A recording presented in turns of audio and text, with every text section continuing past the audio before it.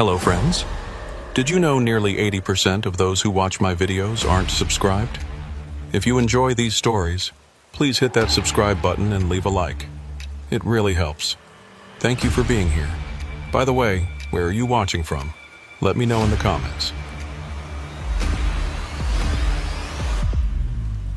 The headlights carved a narrow tunnel through the swirling white, and Asa Merriweather kept both hands locked on the wheel as the rig crawled forward at 30 miles per hour.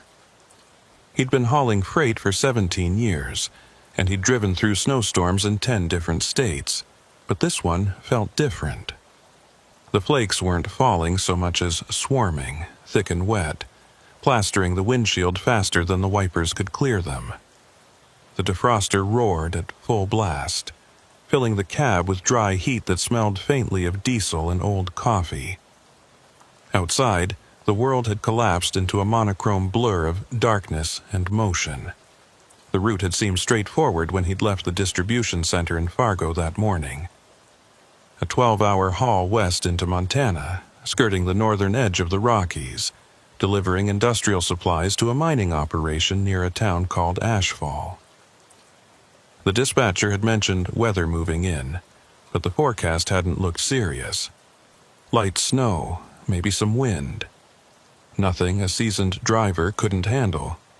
But somewhere around the state line, the light snow had thickened into a full squall, and the wind had picked up until it buffeted the trailer hard enough to make the whole rig shudder. Asa had considered pulling over, waiting it out at a truck stop, but the GPS showed nothing for another 40 miles. So he'd kept going, counting on the weight of the load to keep him stable. Now, 2 hours past sunset, he was regretting that decision. The highway had narrowed as it climbed into the foothills, and the guardrails had disappeared entirely in places, replaced by orange reflector posts that flickered past like dying embers. The CB radio crackled with static, and the occasional burst of garbled voices, truckers farther east complaining about road conditions and closures.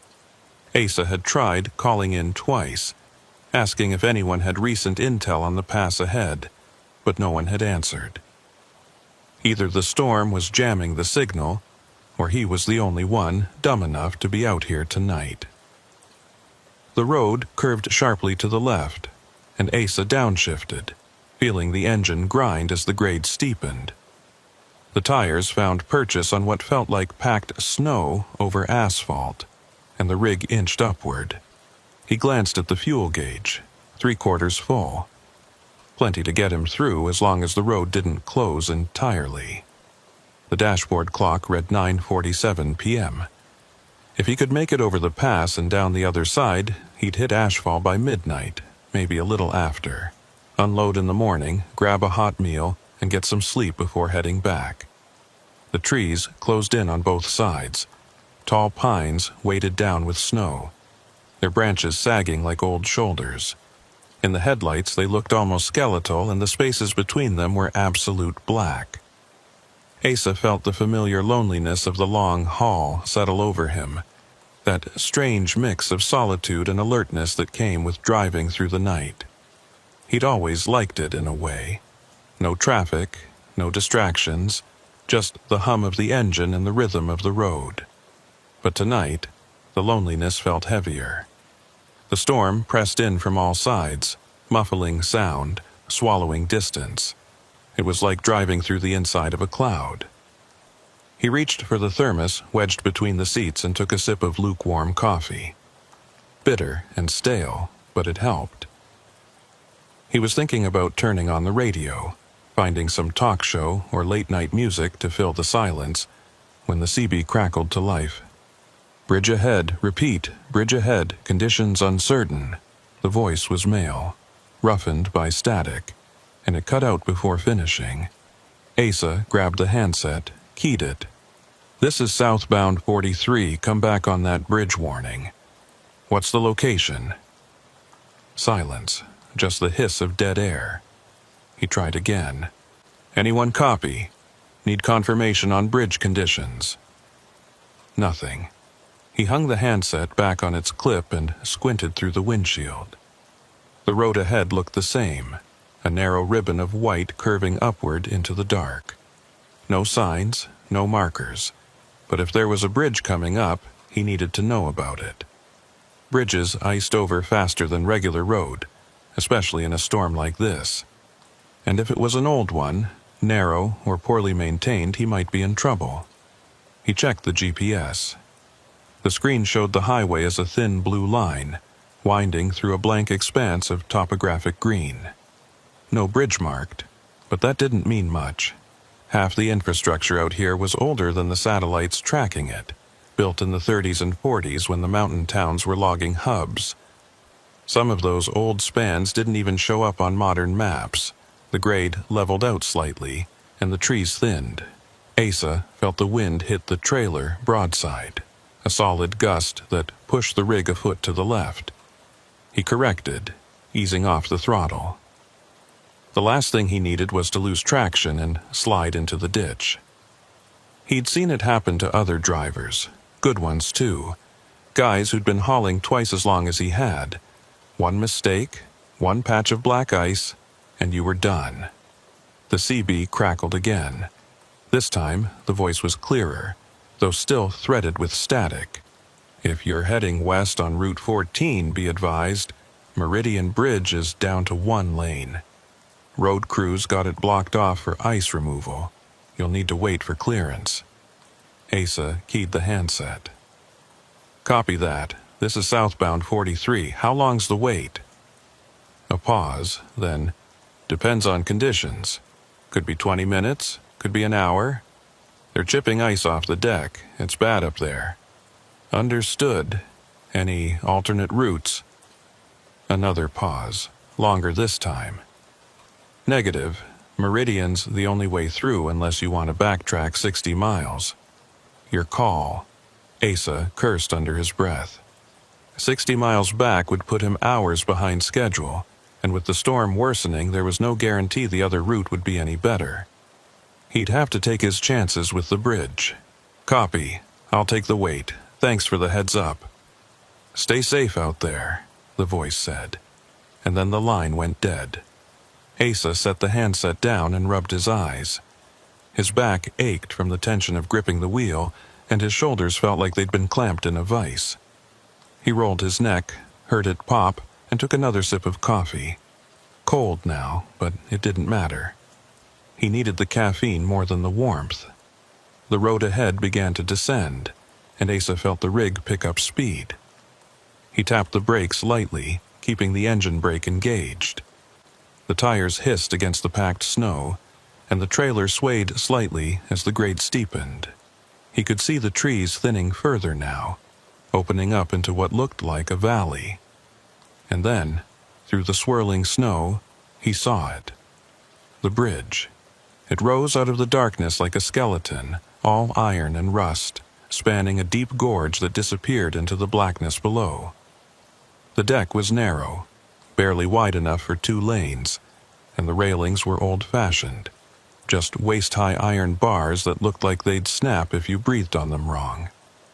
Orange cones lined the approach, funneling traffic into a single lane, and a cluster of yellow lights flickered near the far end. Work lights, Asa guessed. The road crew the CB voice had mentioned. He slowed to a crawl, pulling up behind a line of reflective cones. The bridge stretched ahead, maybe 300 feet long, its iron lattice structure layered with snow and ice. The wind howled through the open framework, and Asa could hear the faint creak of metal, a sound that set his teeth on edge. He'd crossed plenty of old bridges in his career, but this one looked like it had been standing since before the war, maybe even before that. He stopped the rig about 50 feet from the bridge entrance and set the air brakes. The engine idled, a low rumble that vibrated through the cab. Ahead, he could see the work lights more clearly now. They were mounted on tripods, casting harsh yellow pools across the icy deck. But he didn't see any crew. No trucks, no workers in reflective vests, no one chipping ice or waving traffic through. Asa frowned. He grabbed the CB handset. This is southbound 43 at Meridian Bridge. I'm in position, but I don't see any road crew. Anyone got eyes on them? Static. He waited, then tried again. Road crew at Meridian, come in. I'm at the south approach, waiting for clearance. Nothing, just the hiss of dead air and the howl of the wind outside. Asa set the handset down and stared at the bridge. The work lights were definitely on, which meant someone had set them up recently. But where were they? He scanned the deck, the far end, the banks on either side. No movement, no vehicles. Just the lights and the snow and the empty span. He considered his options. He could wait here, hope the crew showed up or radioed back. He could try calling them on his cell, assuming he had service, which he probably didn't. Or he could inch forward, take a closer look, see if maybe they were on the far side, out of view. Before he could decide, something caught his eye. A flicker of movement near the far end of the bridge, just beyond the reach of the work lights. A figure, dark and indistinct, standing near the railing. Asa leaned forward, squinting through the windshield. The snow made it hard to see clearly, but the figure was definitely there. It looked like a person, bundled in a heavy coat, maybe waving. Or was it just standing still? The snow swirled, and the figure seemed to blur, then solidify again. Asa grabbed the handset. "Road crew, is that you at the north end? I see someone near the railing." No response. He tried again. "If you can hear me, I'm coming across. Give me a signal if you need help." Still nothing. The figure didn't move, didn't respond. It just stood there, motionless, except for the occasional shift that might have been the wind tugging at its coat. Asa felt a prickle of unease. Something about this didn't feel right. The empty bridge, the silent radio, the solitary figure in the snow. But what choice did he have? He couldn't sit here all night, and he couldn't turn back. He'd have to cross eventually. He released the air brakes and eased the rig forward. The tires crunched over packed snow, and the trailer creaked as it followed. The bridge deck was coated in a thin layer of ice, visible even through the snow, and Asa felt the tires slip slightly before finding grip. He kept his speed low, barely 10 miles per hour, and focused on keeping the rig centered in the lane. The iron framework loomed on either side, a latticework of rusted beams and cross supports that looked like they were holding the whole structure together through sheer stubbornness. The wind screamed through the open spaces, buffeting the trailer and making the whole rig shudder. Below, Asa could see nothing but darkness, a void so deep it felt like it was pulling at him. He was halfway across when he saw the tracks. They were faint, almost buried under fresh snow, but unmistakable. Tire tracks, wide and deep, like another truck had crossed recently. But they didn't lead all the way to the far end. They stopped about 2/3 of the way across, right in the middle of the lane, and then they just ended. No skid marks, no sign of swerving, just a clean stop, as if the truck had vanished into thin air. Asa's heart began to pound. He slowed even further, almost to a stop, and stared at the tracks. They were fresh. The snow was still loose around the edges, not packed down by wind, which meant they'd been made within the last hour, maybe less. But where had the truck gone? There was nowhere to turn around, nowhere to pull off, and the tracks didn't continue to the far end. He glanced up at the figure near the railing. It was closer now, or maybe it had moved. Hard to tell. It still wasn't waving, wasn't signaling, just standing there watching. Asa's instincts screamed at him to turn around, to back off the bridge and find another route, schedule be damned. But the rational part of his brain pushed back. There had to be an explanation. Maybe the other truck had turned around somehow, or maybe the tracks were older than they looked, already half buried by the storm. And the figure was probably just a worker, tired and cold, waiting for the shift to end. He eased the rig forward again, inching past the spot where the tracks ended. The bridge creaked beneath him, a long, low groan that seemed to come from deep within the iron framework. Asa gripped the wheel tighter, his knuckles white. The work lights were just ahead now, close enough that he could see the tripods they were mounted on, and beyond them the figure. It was a man, Asa realized. Tall and broad-shouldered, wearing a heavy parka with the hood pulled up. He stood with his back to the railing, facing the bridge, and his hands were stuffed in his pockets. He didn't move as Asa approached, didn't wave or step aside. He just stood there, perfectly still, like a statue. Asa rolled down his window a crack. The wind roared in, bringing a blast of icy air and snow. He shouted over the noise. "You the road crew? Is it safe to cross?" The man didn't respond, didn't even turn his head. Asa felt the unease sharpen into something colder, something closer to fear. He was about to shout again when the CB crackled to life. "Turn around." The voice was low, urgent, barely audible over the static. Asa grabbed the handset. "Say again, turn around. Get off the bridge, now." Asa's pulse spiked. He looked at the figure again. It still hadn't moved. And now, as he stared, he realized something else. The man wasn't standing on the deck. He was standing just beyond the railing, on the other side, suspended over the void. Asa's breath caught in his throat. He slammed the rig into reverse, but the tires spun on the ice, finding no purchase. The trailer fishtailed slightly, and the whole rig shuddered. He tried again, easing off the clutch, but the wheels just spun faster, throwing up sprays of snow and slush. The CB crackled again. "You need to move, don't stop." "I'm trying," Asa shouted back. "The ice. Forward. Go forward. Don't look back." Asa's hands shook as he shifted into first gear. The tires caught, and the rig lurched forward.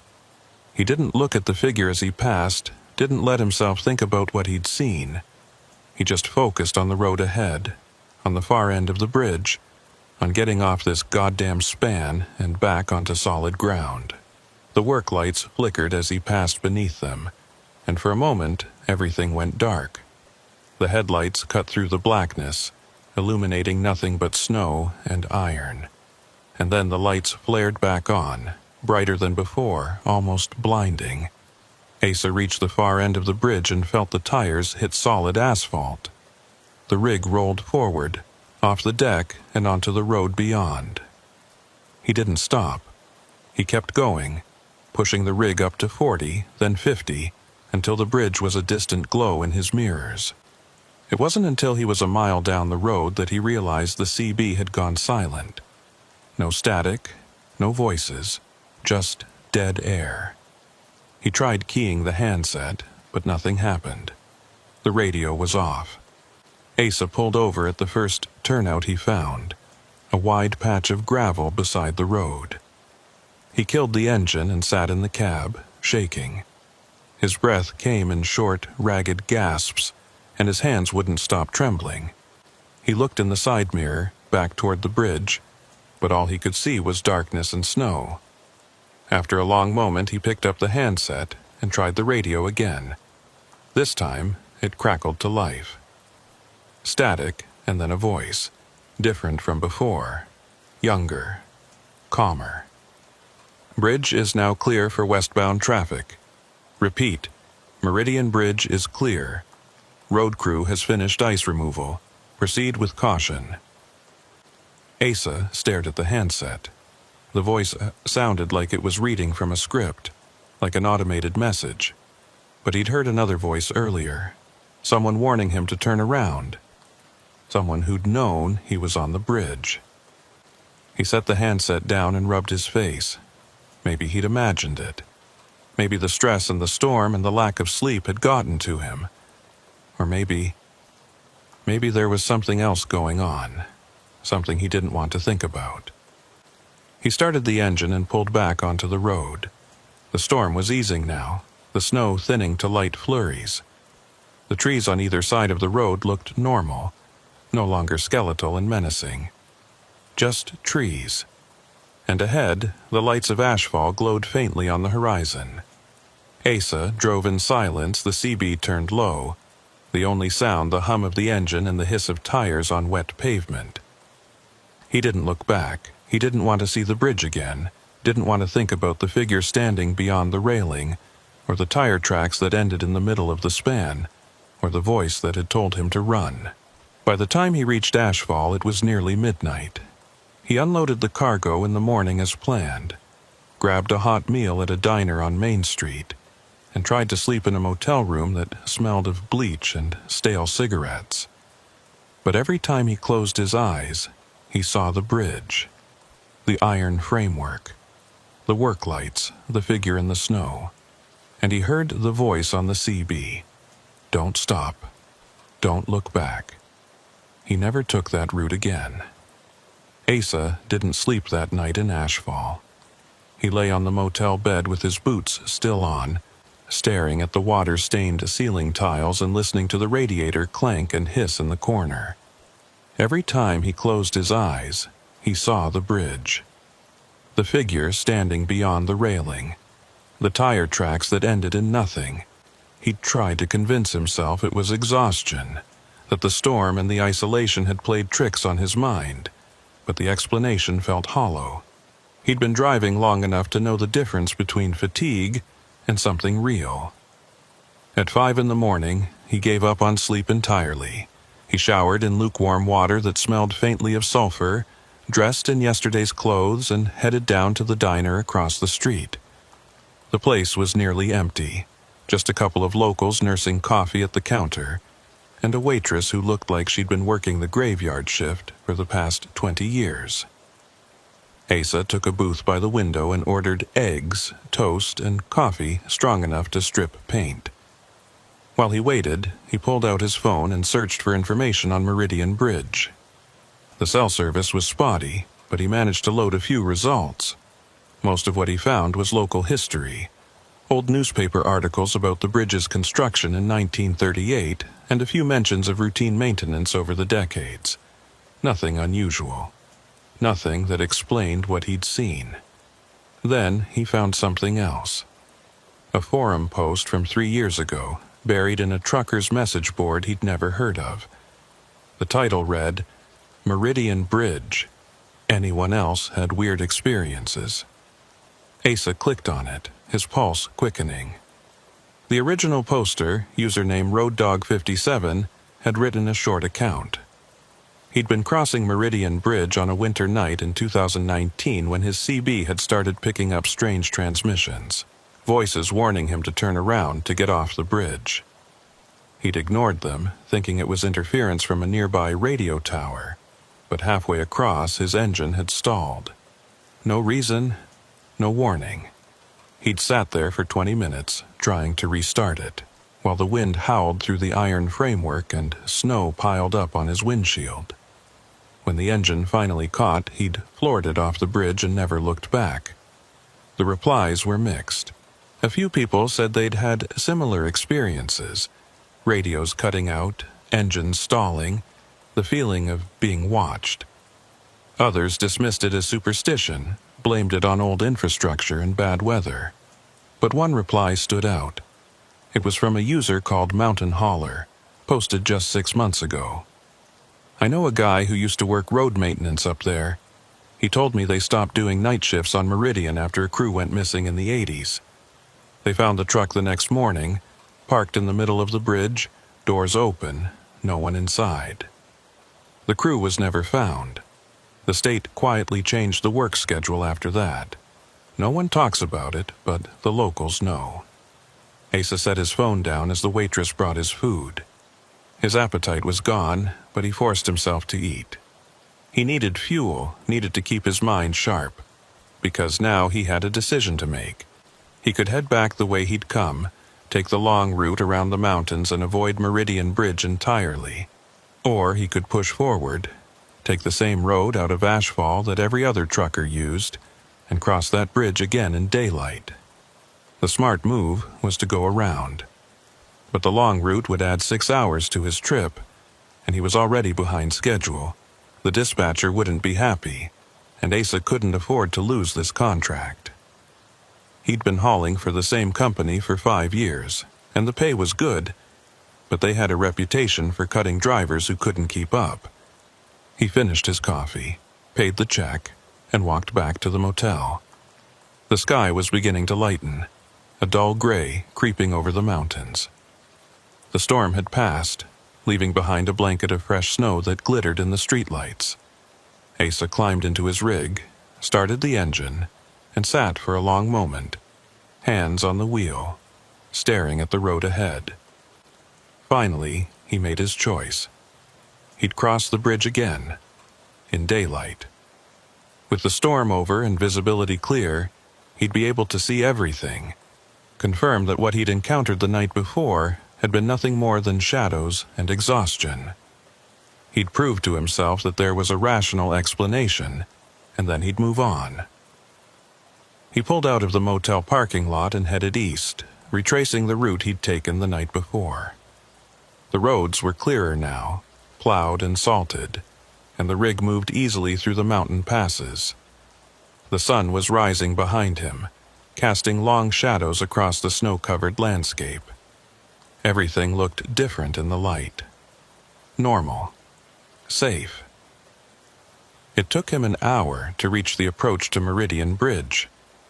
As he crested the final rise and the bridge came into view, Asa felt his chest tighten. The structure looked just as he remembered it. An old iron span rising out of the valley, its lattice framework dark against the white snow. But in daylight it looked smaller somehow. Less menacing. Just an old bridge, one of hundreds he'd crossed over the years. There were no work lights this time, no cones blocking the lane.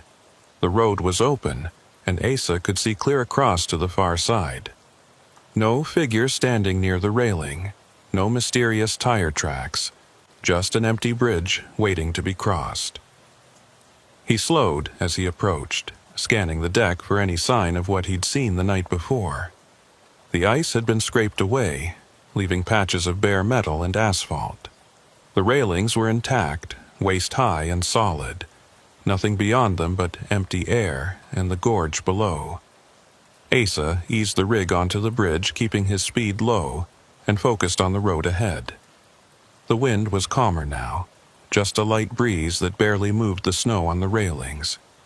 The bridge creaked beneath the weight of the rig, but it was a familiar sound, the kind of noise old structures made when they bore a load. Nothing unusual, nothing threatening. Halfway across, Asa glanced to his right, toward the spot where he'd seen the figure the night before.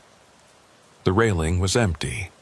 No one standing there, no impossible silhouette suspended over the void. Just rusted iron and open air. He let out a breath he hadn't realized he'd been holding. It had been his imagination. The storm, the darkness, the isolation, all of it had combined to create something that wasn't there. He felt a wave of relief wash over him, followed by a faint embarrassment. He'd let himself get spooked like a rookie. But then he saw it, scratched into the metal railing, just below the top bar, was a name. Fresh, the metal still bright where it had been scraped away. Asa hit the brakes, bringing the rig to a stop. He stared at the railing, his heart pounding. The name was carved in rough, uneven letters, like someone had used a knife or a piece of broken metal. Doyle Kincannon. Asa's breath caught. He didn't recognize the name, but something about it felt wrong. He grabbed his phone and took a picture of the railing, zooming in to capture the letters. Then he pulled up the search bar and typed in the name. The results loaded slowly, the cell signal weak this high in the mountains. But after a moment, a news article appeared. The headline read, "Local road worker missing after winter storm." Asa clicked on the link. The article was dated February 1987. It described how a road maintenance worker named Doyle Kincannon had disappeared during a night shift on Meridian Bridge. He'd been part of a crew clearing ice from the deck when a sudden storm rolled in. The other workers had taken shelter in their truck. But Kincannon had stayed on the bridge, insisting he needed to finish securing the work lights. When the storm passed and they went to find him, he was gone. No body was ever recovered. Asa stared at the screen, his hands trembling. The name on the railing was the same man who'd disappeared nearly 40 years ago. But the scratches in the metal were fresh. He could see where the rust had been scraped away, exposing bright steel underneath. He set the phone down and looked at the railing again. And that's when he noticed something else.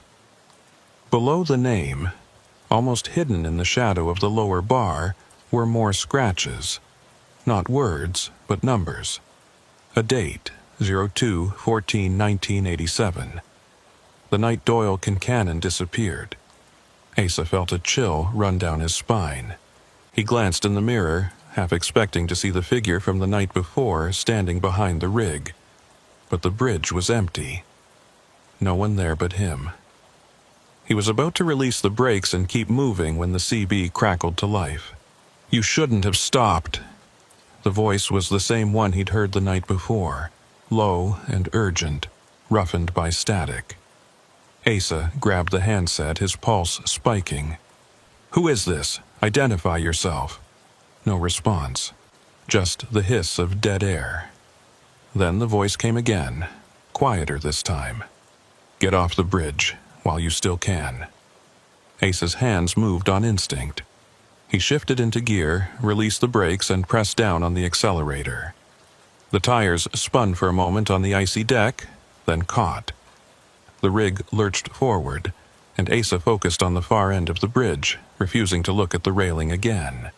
But as he drove, he couldn't shake the feeling that he wasn't alone. The air in the cab felt colder, and he could hear a faint sound beneath the rumble of the engine. A rhythmic tapping, like metal on metal. It seemed to be coming from somewhere behind him, from the trailer. Asa checked the mirrors. The trailer was secure, the doors latched, nothing visibly wrong. But the tapping continued, steady and deliberate. 3 taps, then a pause. 3 more taps, over and over. He reached the far end of the bridge and felt the tires hit solid ground. The tapping stopped immediately. Asa pulled over at the first turnout, his heart hammering in his chest. He killed the engine and sat in silence, listening. Nothing. No tapping. No voices on the CB. Just the wind and the distant sound of traffic on the highway below. After a long moment, he climbed out of the cab and walked back to the trailer. The doors were locked, the seals intact. He ran his hand along the side of the trailer, checking for damage, but everything looked normal. No scratches, no dents. Nothing to explain the sound he'd heard. He was about to climb back into the cab when he noticed something on the ground. Footprints in the snow, leading from the back of the trailer to the edge of the turnout. They were fresh, the snow still loose around the edges. And they weren't his.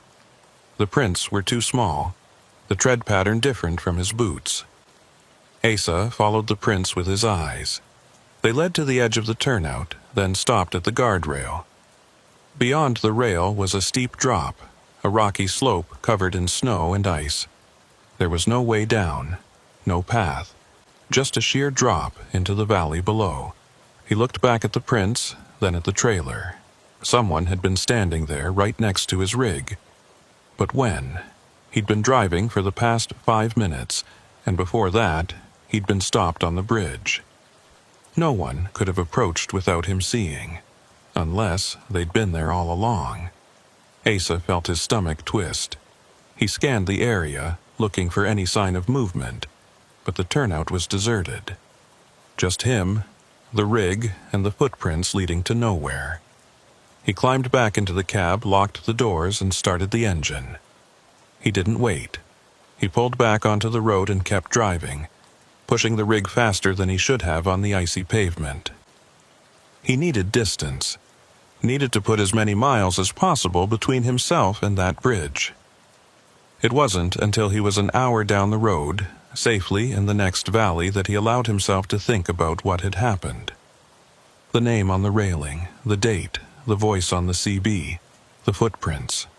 None of it made sense, and yet all of it felt connected, like pieces of a puzzle he didn't want to solve.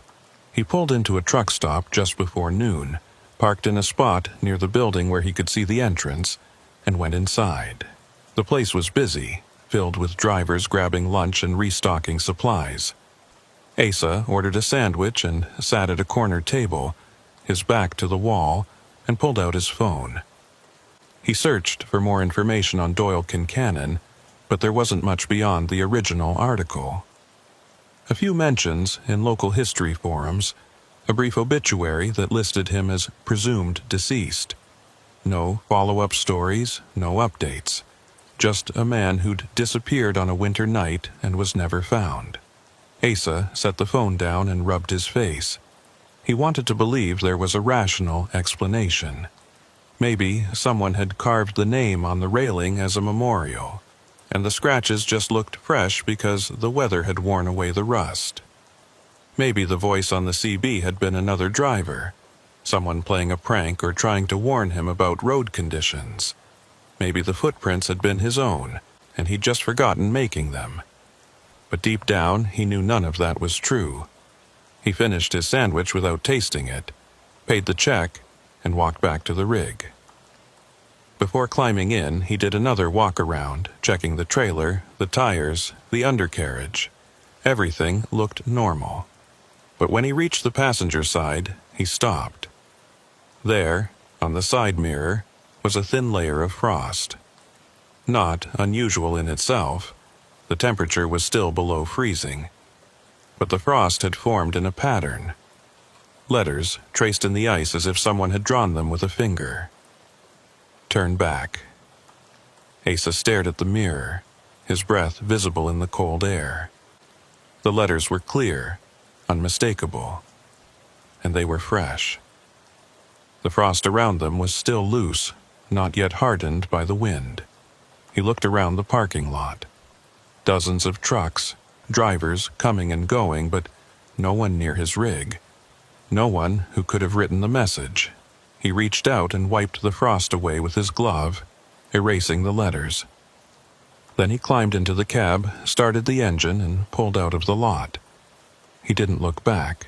He didn't want to see if the message reappeared. For the next 2 hours, Asa drove in silence. The CB was off, the radio turned low. He kept his eyes on the road and his hands steady on the wheel.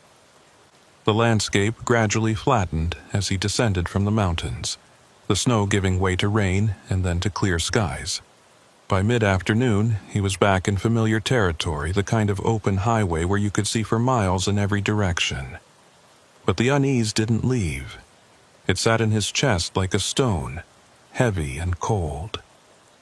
Because he knew, deep in a place he didn't want to acknowledge, that what had happened on Meridian Bridge wasn't over. The name on the railing, the voice on the CB, the footprints, the message in the frost. They were all connected, all part of something he didn't understand. And the worst part was, he had a feeling he'd be going back. Not by choice, but because the route required it. Because Meridian Bridge was the only way through those mountains, and sooner or later, he'd have to cross it again. As the sun began to set, casting long shadows across the highway, Asa made a decision. The next time he had a haul that required crossing Meridian Bridge, he'd take the long route. He didn't care how many hours it added, didn't care what the dispatcher said. He wasn't going back to that bridge. Not at night, not in a storm, not ever. But even as he made that promise to himself, he couldn't shake the feeling that the bridge wasn't done with him yet. Asa kept his promise for 3 weeks. He took the long routes, the ones that added hours to his trips, and cut into his sleep schedule. He hauled freight south through Wyoming, east through the Dakotas, anywhere that didn't require crossing Meridian Bridge. The dispatcher noticed, started asking questions. Why the mileage discrepancies? Why the extended delivery times? Asa gave vague answers about road conditions and weather delays, but he could hear the skepticism in the dispatcher's voice. By the 4th week, he didn't have a choice anymore. The company had a contract with a mining operation near Ashfall, and Asa was the only driver available who knew the route. The load was time-sensitive, high-value equipment that needed to be there by Friday morning. No exceptions, no alternate routes. The dispatcher made it clear: take the direct route through the mountains, or find another job. Asa sat in his apartment that Wednesday night, staring at the assignment sheet. The route was marked in red on the attached map, a straight line from Fargo to Ashfall, right through the mountains, right over Meridian Bridge. He thought about refusing. He had some savings, enough to last a few months while he looked for work with another company. But trucking was all he knew, and jobs were scarce. At 42, starting over wasn't as easy as it had been in his 20s, and there was another part of him, a stubborn part, that refused to let a bridge dictate his life. He'd crossed thousands of bridges over the years. This one shouldn't be any different. So he took the job. He left Fargo at dawn on Thursday, the rig loaded with drilling equipment and spare parts. The weather forecast was clear. No storms predicted for the next 48 hours. That was something, at least. If he had to cross Meridian Bridge again, he wanted daylight and dry roads. The drive was uneventful for the first 6 hours. Asa kept the radio on, listening to talk shows and news broadcasts, anything to fill the silence. He stopped once for fuel and a quick meal, then pushed on toward the mountains. The sun was high and bright, and the roads were clear. Everything looked normal. But as he climbed into the foothills, the unease returned. It started as a tightness in his chest, a feeling he couldn't quite name.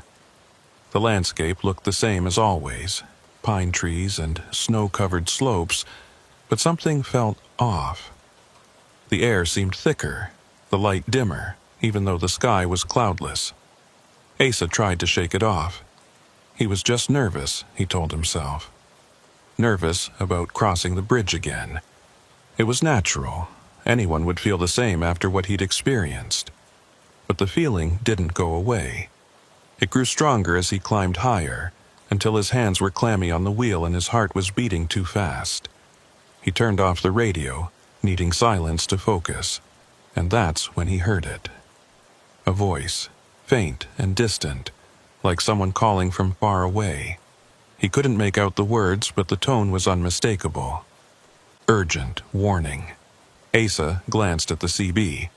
It was off. He'd turned it off that morning, not wanting to hear any transmissions that might spook him. But the voice continued, growing slightly louder. It seemed to be coming from everywhere and nowhere at once, like it was inside the cab with him. He pulled over at a turnout and killed the engine. The silence was immediate and total. No wind, no traffic, no birds, just absolute quiet. Asa sat perfectly still, listening. For a moment there was nothing.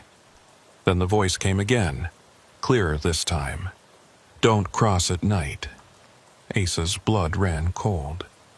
He looked around the cab, checking the mirrors, the windows, the back of the sleeper. No one there. He was alone. But the voice had been real. He'd heard it as clearly as if someone had been sitting in the passenger seat. He grabbed his phone, hands shaking, and checked the time. 2:47 p.m. He had maybe 3 hours of daylight left, maybe 4 if he pushed it.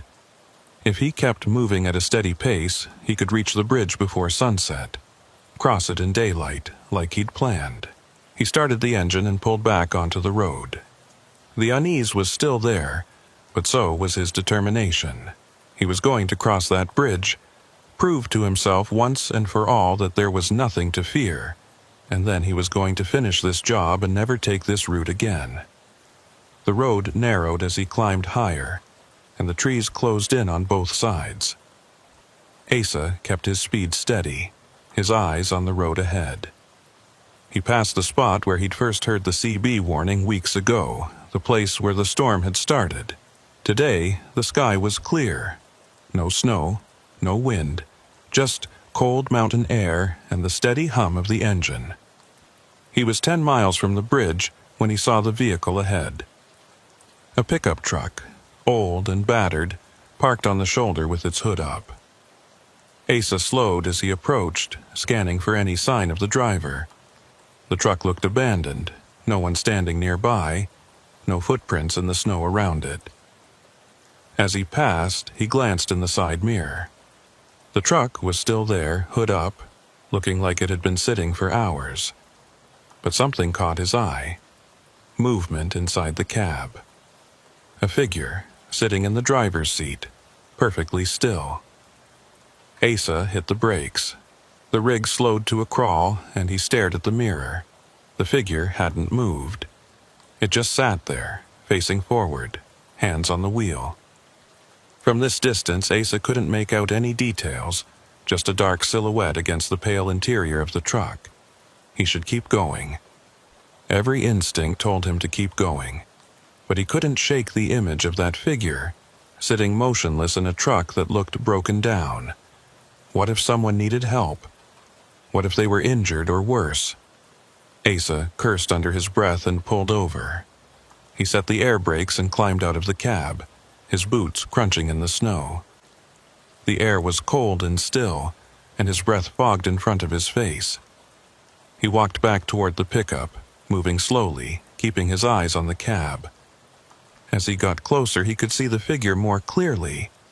It was a man, wearing a heavy coat and a knit cap. His hands were on the wheel, and his head was tilted slightly forward, like he was asleep, or unconscious. "Hey," Asa called out. "You okay?" No response.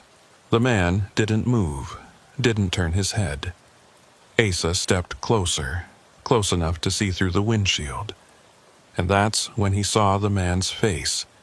It was pale, too pale, and his eyes were open, staring straight ahead with a glassy, lifeless expression.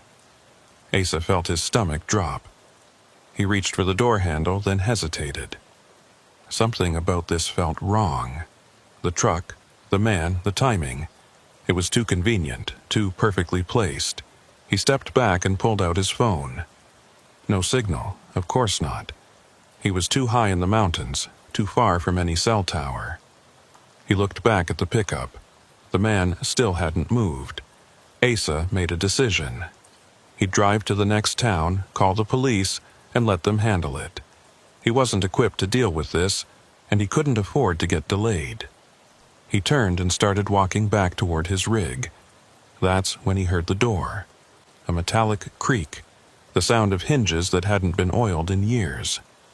Asa spun around. The pickup's driver's side door was open. The man was still sitting in the cab, but his head had turned. He was looking directly at Asa. "You shouldn't be here," the man said. His voice was flat, emotionless. Asa took a step back. "I was just trying to help. Are you okay? Do you need—" "Turn around," the man interrupted. "Go back the way you came." Asa's heart was pounding now. "What are you talking about? I'm heading to Ashfall. I've got a delivery." The man climbed out of the truck. He moved slowly, stiffly, like his joints weren't working properly. He stood there, one hand on the doorframe, and stared at Asa with those glassy eyes. "The bridge," the man said. "You can't cross it. Not today." Asa felt a chill run down his spine. "How do you know where I'm going?" The man didn't answer. He just stood there, swaying slightly in the cold wind. And then Asa noticed something that made his blood freeze. The man's coat. It was a road crew jacket, the kind with reflective stripes and a company logo on the chest. And on the left breast, stitched in faded letters, was a name.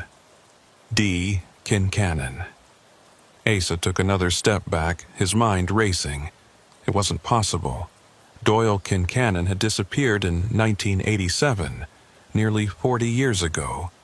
This couldn't be him. It had to be someone else, a relative, maybe. wearing an old jacket. But the man's face. Asa had seen the picture in the news article. The grainy photo of Doyle Kincannon from the 80s. And this man looked the same. Not older. Not aged by 4 decades. The same. "You need to leave," the man said again. "Before it's too late." Asa didn't wait to hear more. He turned and ran back to his rig, his boots slipping on the icy pavement. He yanked open the door, climbed into the cab and slammed it shut behind him. His hands fumbled with the ignition, and the engine roared to life. He didn't look back. He just shifted into gear and pulled onto the road, the tires spinning for a moment before catching. In the mirror, he could see the pickup. The man was still standing there, watching. And as Asa accelerated away, the man raised one hand, not waving, just pointing. Pointing toward the road ahead, toward the bridge. Asa's breath came in short, ragged gasps. His hands were shaking so badly he could barely keep them on the wheel. But he didn't slow down. He kept driving, pushing the rig faster than he should have on the mountain road, desperate to put distance between himself and that pickup truck. He was 5 miles from the bridge when the sun began to set. The light faded quickly in the mountains, the shadows lengthening and merging until the road was bathed in twilight. Asa glanced at the clock. 5:23 p.m. He'd lost more time than he'd thought. If he didn't reach the bridge in the next 15 minutes, he'd be crossing it after dark. He pressed down on the accelerator, but the rig was already at its limit. The road was too steep, too winding. He couldn't push it any faster without risking a jackknife. The CB, still turned off, suddenly crackled to life. Asa jumped, his heart hammering. He stared at the radio. He hadn't touched it, hadn't turned it on.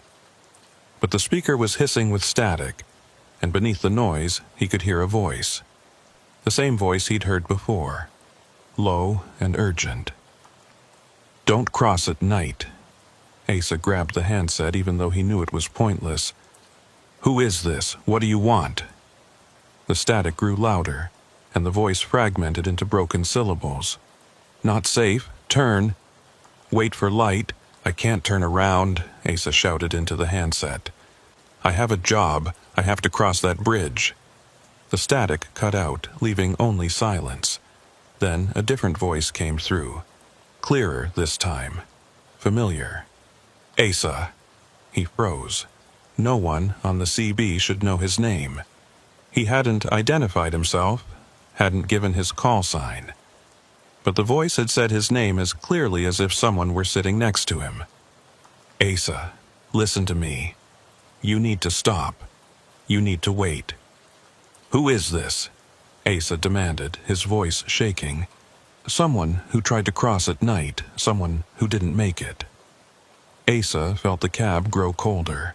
His breath fogged in the air, even though the heater was running full blast. He looked at the temperature gauge. Normal. But the cold was seeping in, creeping through the vents and the seams in the doors. "What happened to you?" Asa asked, his voice barely above a whisper. The voice on the CB was quiet for a long moment. Then, "I stayed too long. I thought I could finish the job, but the bridge, it doesn't let you leave. Not once the sun goes down." Asa's eyes darted to the road ahead. He could see the bridge now, a dark outline against the fading light. The iron framework looked skeletal in the twilight, and the gorge below was already lost in shadow. "What do I do?" Asa asked. "Stop. Wait until morning. Don't cross at night." Asa's foot hovered over the brake. Every rational part of his mind told him to stop, to pull over and wait. But the stubborn part, the part that had kept him driving for 17 years, pushed back. He was so close. The bridge was right there. If he just kept going, he could cross it in 5 minutes and be done with this. "I can make it," Asa said, more to himself than to the voice on the CB. "I'll be fine." "No." the voice said, sharp and commanding. "You won't." I thought the same thing. I was wrong. Asa's foot moved to the brake. The rig began to slow. He was a quarter-mile from the bridge now, close enough to see the approach, the cones that marked the entrance. Close enough to see something else, too. Lights. Work lights. Just like the ones he'd seen weeks ago. They were set up on the bridge deck, casting harsh yellow pools across the iron framework. And standing near them, barely visible in the fading light, were figures. 3 of them wearing road crew jackets moving slowly across the deck. Asa's breath caught in his throat. The road crew. They were here, working on the bridge. That meant it was safe. That meant he could cross. But something about the scene felt wrong. The figures moved too slowly, too mechanically, and their shadows, cast by the work lights, didn't quite match their movements. They stretched too long, reaching across the deck like grasping hands. "Do you see them?" the voice on the CB asked. Asa nodded, even though no one could see him. "The road crew. They're on the bridge." "No," the voice said. "They're not." "What do you mean?" "I can see them right there." "Look closer." Asa squinted through the windshield. The figures were still moving, but now that he was paying attention, he realized they weren't doing anything. They weren't carrying tools, weren't working on the deck. They were just walking, back and forth, over and over, like they were pacing, or waiting. "They're not real," the voice said. "They're what's left, the ones who didn't leave." Asa slammed on the brakes. The rig shuddered to a stop, the trailer swaying slightly behind him. He was 50 feet from the bridge now, close enough to see the details. The rusted iron, the icy deck, the figures moving in the work lights, and then one of them stopped. It turned toward Asa's rig, and even from this distance, even in the dim light, Asa could see its face, pale and lifeless, just like the man in the pickup truck, just like Doyle Kincannon. The figure raised one hand, beckoning. "Come closer. Step onto the bridge." Asa's hands moved on their own. He threw the rig into reverse and the tires spun on the icy pavement. The rig lurched backward, the trailer fishtailing slightly. He corrected, straightened it out, and kept backing up until he was 100 feet from the bridge. Then he stopped, set the air brakes, and sat in the cab, shaking. The CB crackled. "Good. Now stay there. Wait until morning." Asa looked at the clock. 5:41 p.m. Sunset was in less than 20 minutes. He'd have to wait all night. 13 hours sitting in the cab, alone on this mountain road, with that bridge and those figures just 100 feet away. "I can't," Asa said. "I can't stay here all night." "You have to. It's the only way." Asa closed his eyes, trying to calm his racing heart. He thought about turning around, driving back the way he'd come. But it was a 2-hour drive to the nearest town, and the road would be pitch black within the hour. He'd be driving blind on icy mountain roads, with no guarantee he wouldn't end up in a ditch. He opened his eyes and looked at the bridge again. The figures were still there, still pacing, still waiting. "Okay," Asa said quietly. "I'll wait." The CB hissed with static, then went silent. Asa turned off the engine to save fuel, then pulled a blanket from the sleeper and wrapped it around himself. The temperature in the cab began to drop immediately, and he could see his breath fogging in the air. He settled in for a long night, his eyes fixed on the bridge, watching the figures move back and forth in the work lights. And as the last light faded from the sky and darkness swallowed the mountains, Asa realized he wasn't just waiting for morning. He was waiting to see if the bridge would let him leave at all. The first hour was the hardest. Asa sat in the darkened cab, wrapped in his blanket, watching the bridge through the windshield. The work lights cast their harsh yellow glow across the deck, and the figures continued their endless pacing, back and forth, never stopping, never acknowledging each other, just walking the same paths over and over, like machines stuck in a loop. Asa counted them. 3 figures, all wearing road crew jackets, all moving with that same mechanical precision. He tried to make out their faces, but the distance and the shadows made it impossible. They were just silhouettes, dark shapes against the illuminated deck. The temperature in the cab continued to drop. Asa could see his breath now, thick clouds of fog that hung in the air before dissipating. He'd turned off the engine to conserve fuel, and without the heater running, the cold seeped in through every crack and seam. He pulled the blanket tighter and tucked his hands under his arms, trying to preserve warmth. The CB remained silent. No static, no voices, just dead air.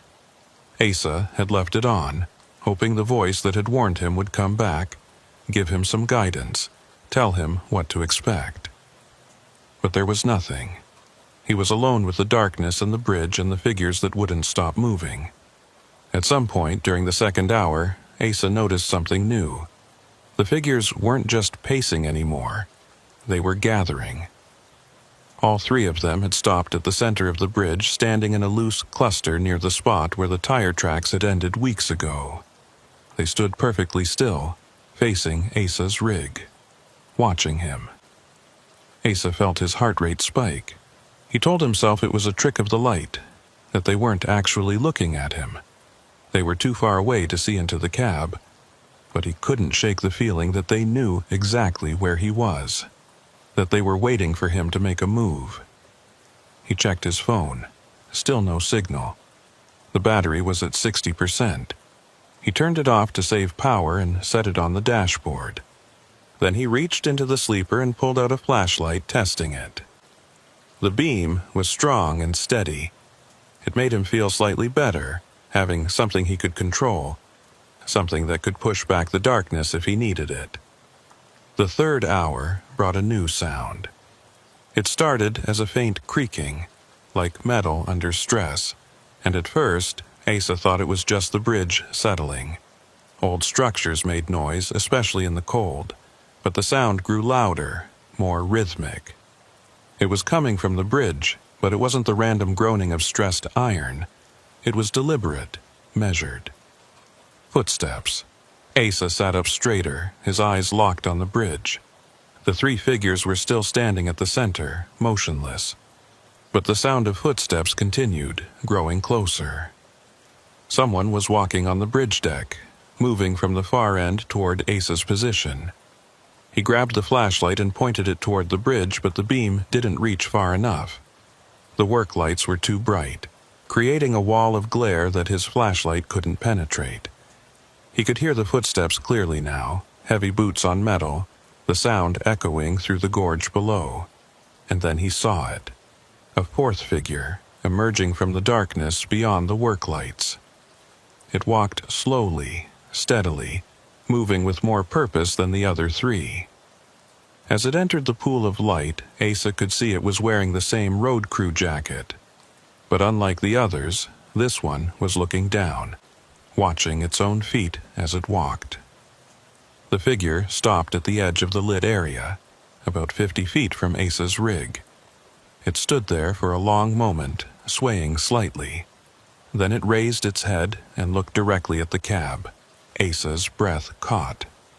Even from this distance, even in the harsh light, he could see the face clearly now. It was Doyle Kincannon, the same man he'd seen in the pickup truck, the same pale skin, the same glassy eyes. But now there was something else in that expression. Recognition and sadness. The figure raised one hand, palm out. Not beckoning this time, just showing. And that's when Asa saw it. The hand was wrong. The fingers were bent at unnatural angles and the skin had a waxy, frozen quality, like it had been exposed to extreme cold for too long. Asa felt bile rise in his throat. He wanted to look away, but he couldn't. The figure lowered its hand and took another step forward, then another. moving toward the rig with slow, deliberate steps. Asa's hand shot out to the ignition. He had to leave. Had to start the engine and get out of here. Warnings be damned. But as his fingers touched the key, the CB crackled to life. "Don't run." It was the same voice from before, calm but urgent. "If you run, you won't make it. The road behind you, it's not there anymore." Asa spun around, looking through the rear window of the sleeper. The road behind the rig was dark, swallowed by the night. He grabbed the flashlight and pointed it backward, and his blood ran cold. The road was gone. Where asphalt should have been, there was nothing but darkness.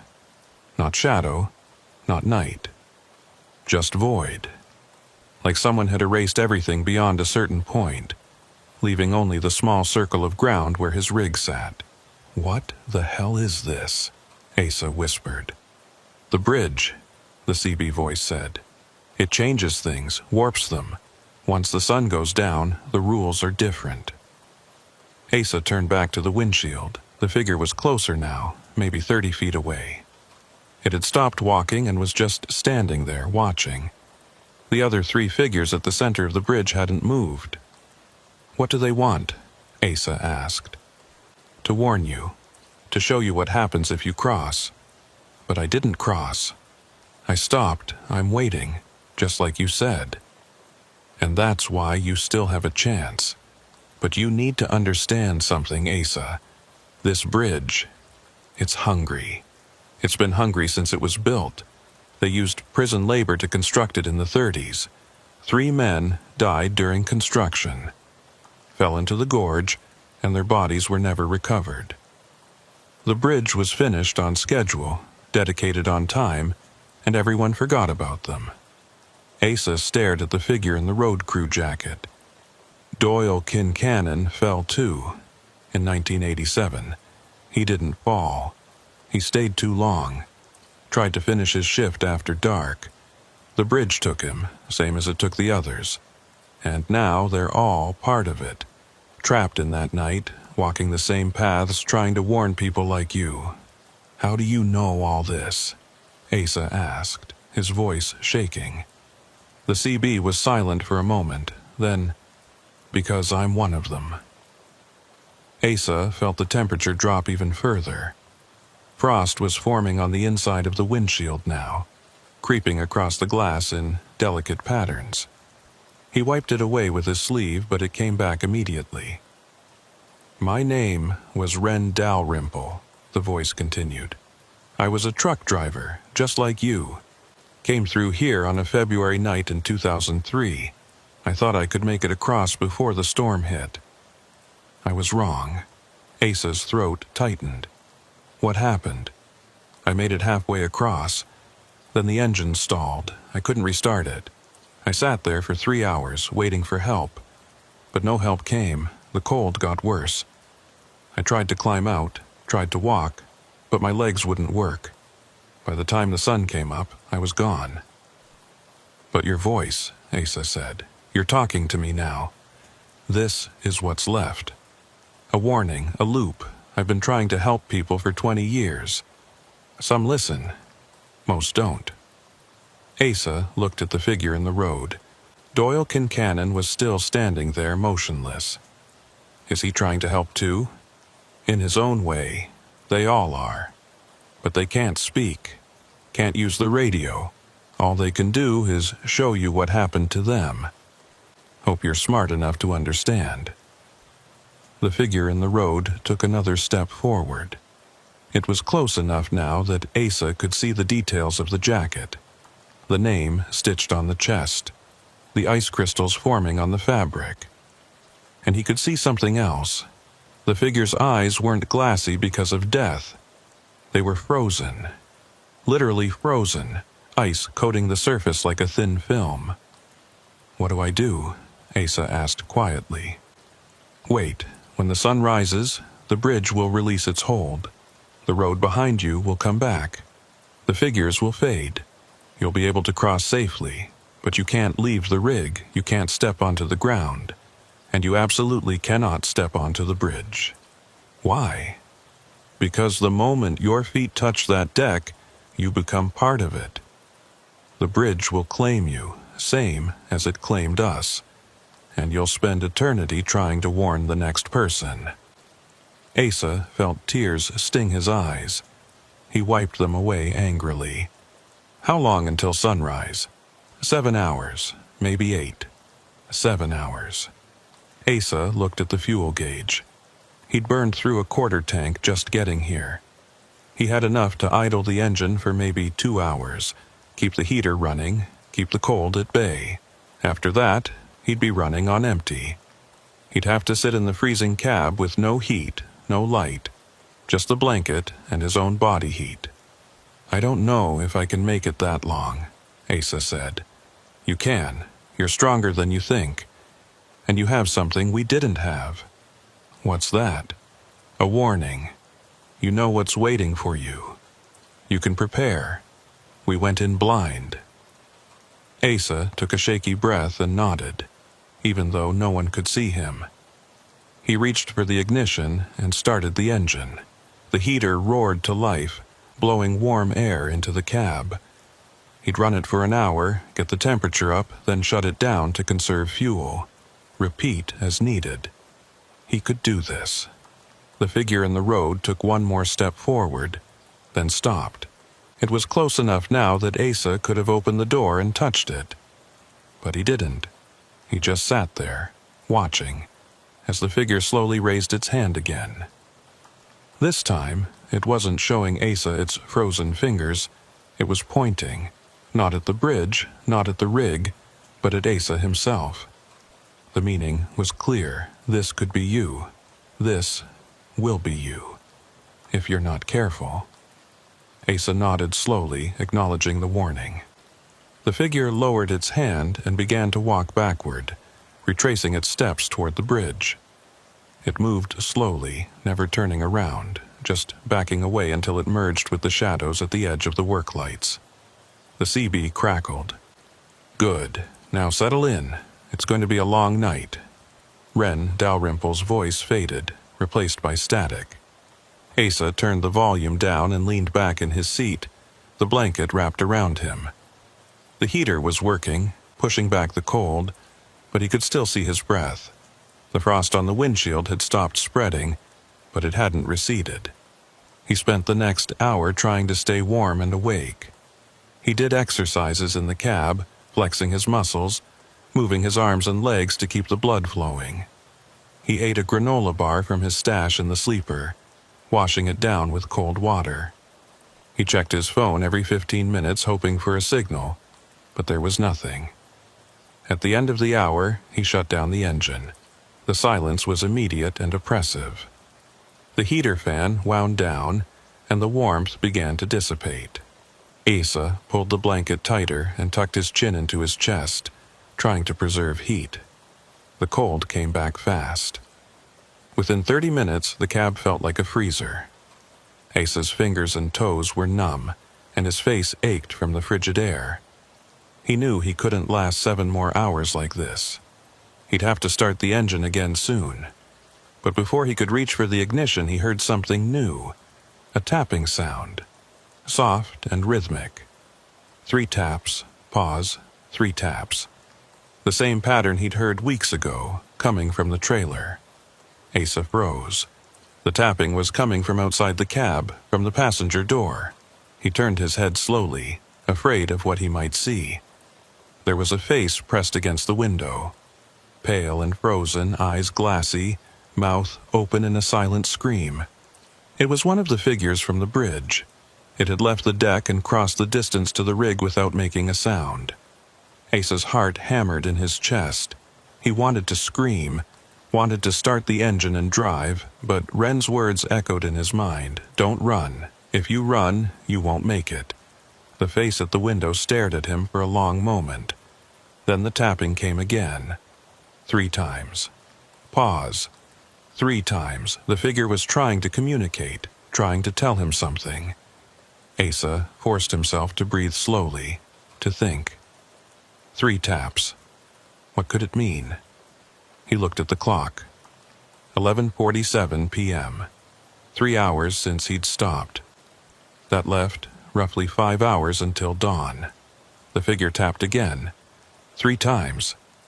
Then it raised its frozen hand and held up 3 fingers. 3 of them. 3 men who died during construction. 3 figures on the bridge. And then Asa understood. The figure wasn't threatening him, it was showing him. 3 died building the bridge. Doyle made 4. Wren made 5. If Asa stepped onto that bridge, he'd make 6. Asa nodded at the figure, acknowledging the message.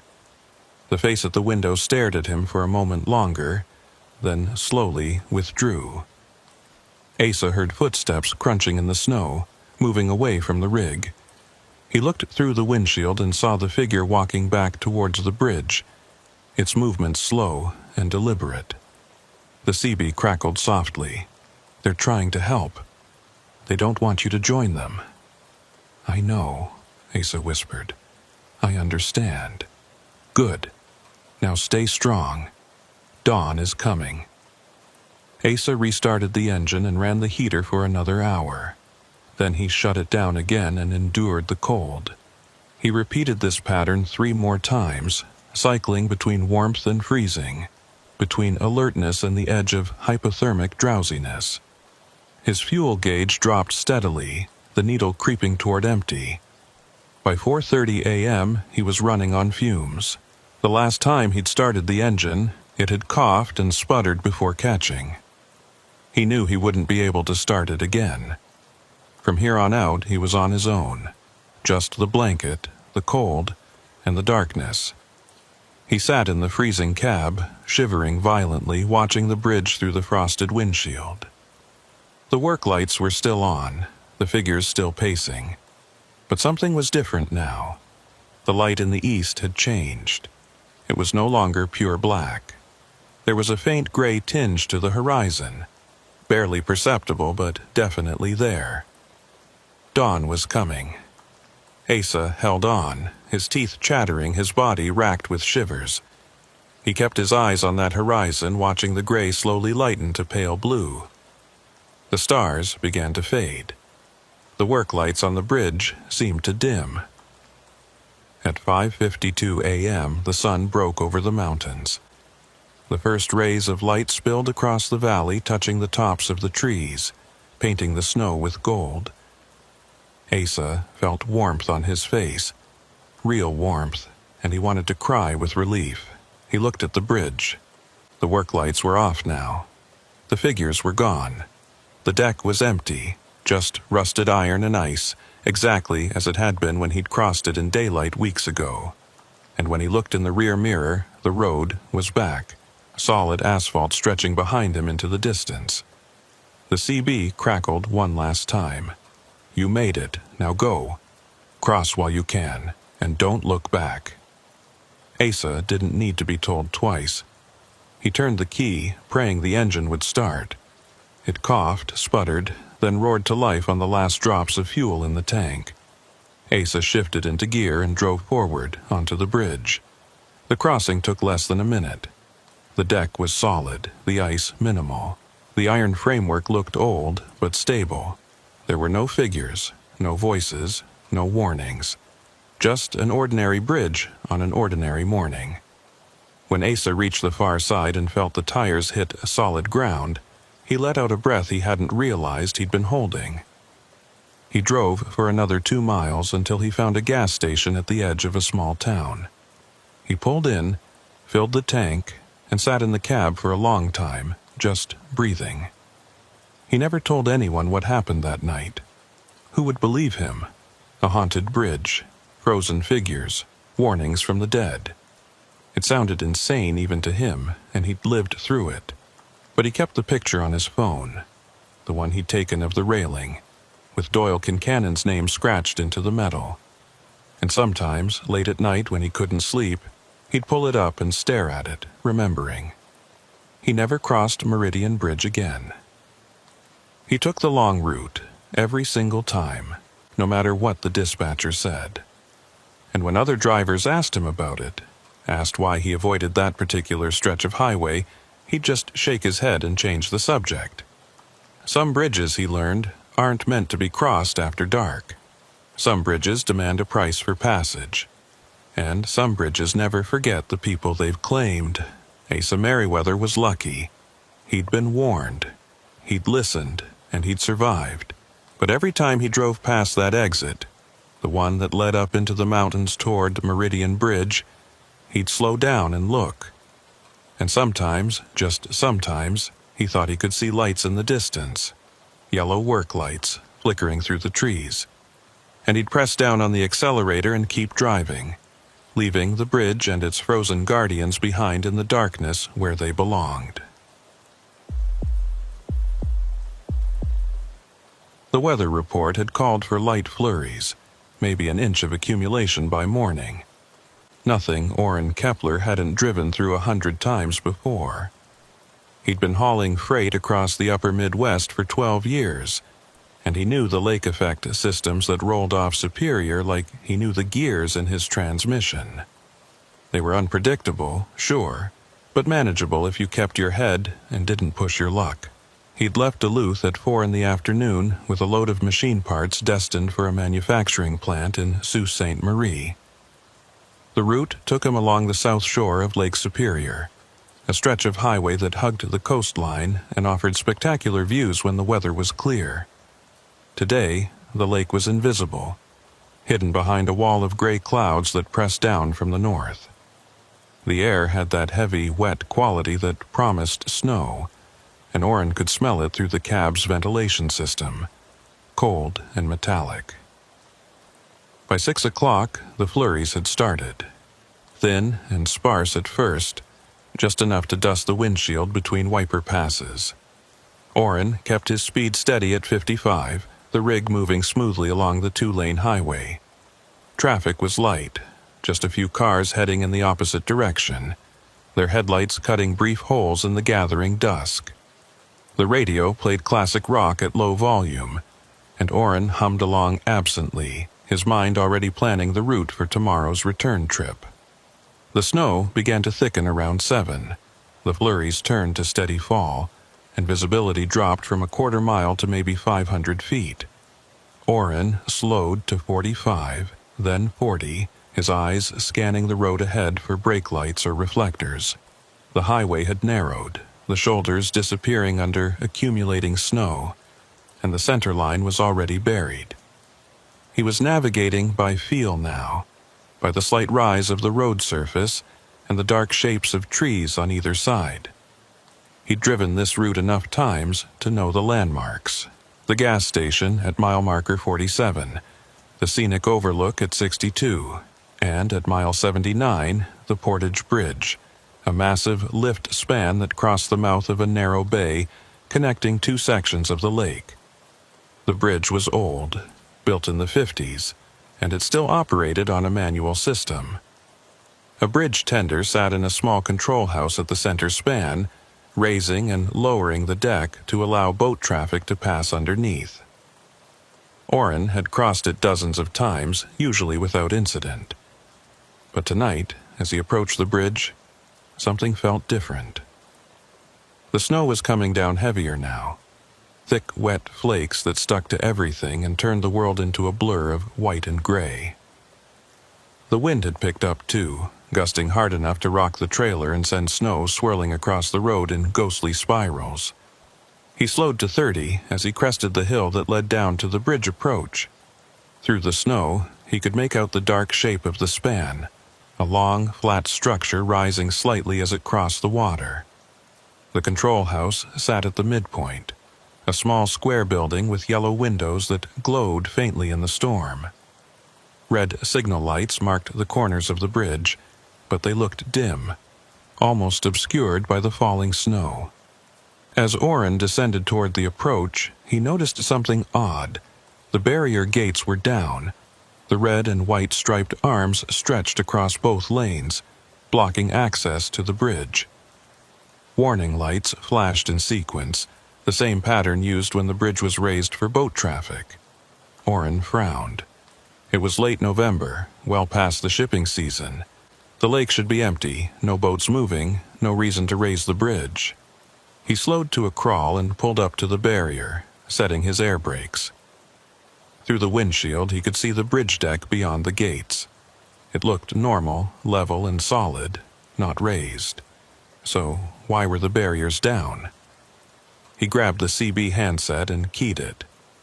"This is eastbound commercial at Portage Bridge. Anyone know why the barriers are activated? Bridge looks closed, but the deck is down."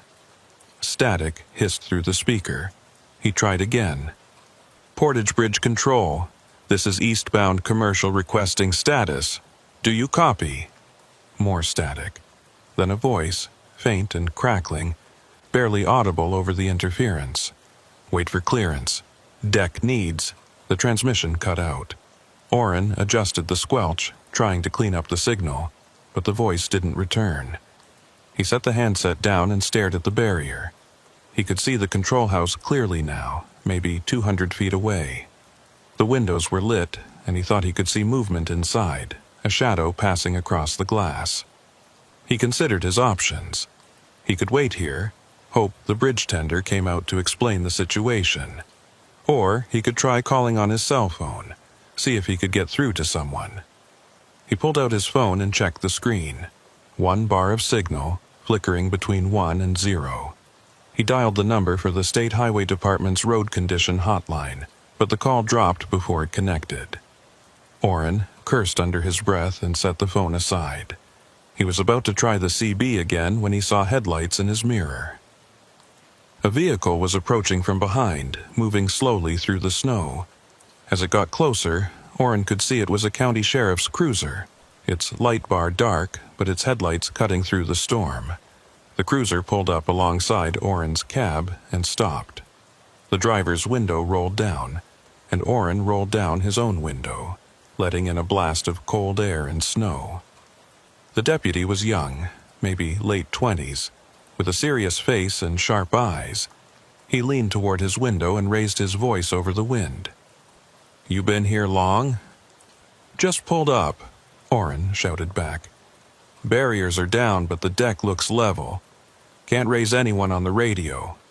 The deputy nodded. "Yeah, we've been getting reports.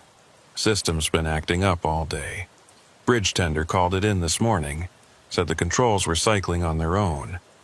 State sent a tech out, but he couldn't find anything wrong. So, is it safe to cross?" The deputy hesitated. "Deck's solid. No reason it shouldn't be. But the tender's supposed to reset the barriers manually before letting anyone through. Procedure, you know." "You want to go check?" Oren asked. The deputy looked at the control house, then back at Oren. "Yeah, stay put. I'll see what's going on." He rolled up his window and drove forward, maneuvering the cruiser around the barrier.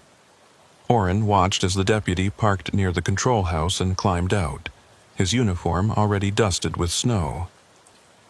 The deputy walked to the door of the control house and knocked. No response. He knocked again, harder this time, then tried the handle. The door opened, and the deputy stepped inside. Oren waited, engine idling, heater running. The snow continued to fall, accumulating on the hood and windshield faster than the wipers could clear it. He checked the dashboard clock. 7:34 p.m. He'd planned to be in Sault Ste. Marie by 9, grab a late dinner, and catch a few hours of sleep before the morning delivery. But if this bridge was going to be closed for much longer, he'd have to find an alternate route, which would add at least 2 hours to the trip. 5 minutes passed. The deputy hadn't come out of the control house. Oren could see the lit windows, but no movement inside. He picked up the CB handset again. "Deputy, you copy? Everything okay in there?" No response. Oren frowned. He set the handset down and stared at the control house. Something about this felt wrong. The deputy should have been back by now, or at least radioed to let him know what was happening. Another minute passed. Then 2. Oren made a decision. He killed the engine, grabbed his flashlight from the side pocket, and climbed out of the cab. The cold hit him immediately, a sharp wind that cut through his jacket and stung his face. Snow swirled around him, and he had to squint to see more than a few feet ahead. He walked to the barrier, ducked under it, and headed toward the control house. His boots crunched in the fresh snow, and the wind howled across the open water of the bay, carrying with it the smell of ice and wet concrete. As he got closer to the control house, he noticed something odd. The windows were still lit, but the light was wrong. It flickered slightly, like candles instead of electric bulbs. Orrin reached the door and knocked. "Deputy, you in there?" Silence. He tried the handle. The door swung open easily, and Orrin stepped inside. The control house was small, maybe 10 feet by 10 feet, with a single desk, a chair, and a bank of controls along one wall. The controls were old-fashioned, mechanical switches and levers with faded labels. A space heater sat in one corner, unplugged, and in the center of the room, standing perfectly still, was the deputy. He was facing the controls, his back to Orrin, one hand resting on a lever. He didn't turn around when Orrin entered. Didn't move at all. "Deputy?" Orrin said cautiously. "You okay?" No response. Orrin stepped closer, his flashlight beam sweeping across the room. The light source he'd seen from outside wasn't candles. It was the control panel itself. Several indicator lights were glowing, pulsing in a slow rhythm that didn't match any pattern Orrin recognized. "Hey," Orrin said, louder this time. He reached out and touched the deputy's shoulder. The deputy turned slowly, mechanically, and Orrin took an involuntary step back. The deputy's face was pale, his eyes unfocused and glassy. His lips were moving, forming words, but no sound came out. Orrin felt a chill run down his spine that had nothing to do with the cold. "What's wrong? Are you hurt?" The deputy's lips kept moving. Orrin leaned closer, trying to make out what he was saying, and then he heard it. Not from the deputy's mouth, but from somewhere else. A whisper, faint and distant, like it was coming through the walls. November 14, 1958. Orrin spun around, looking for the source of the voice. The room was empty except for him and the deputy. But the whisper continued, overlapping now, multiple voices speaking the same words. November 14, 1958. Shift change, midnight. Orrin backed toward the door, his heart pounding. The deputy still hadn't moved, still stood there with his hand on the lever, lips moving silently. The control panel lights pulsed faster now, and the whispers grew louder. "Wait for clearance. Deck needs inspection. Wait for clearance." Orrin grabbed the deputy's arm and pulled. "We need to go. Now." The deputy didn't resist, but he didn't help either. He moved like a sleepwalker, his eyes still unfocused, his expression blank.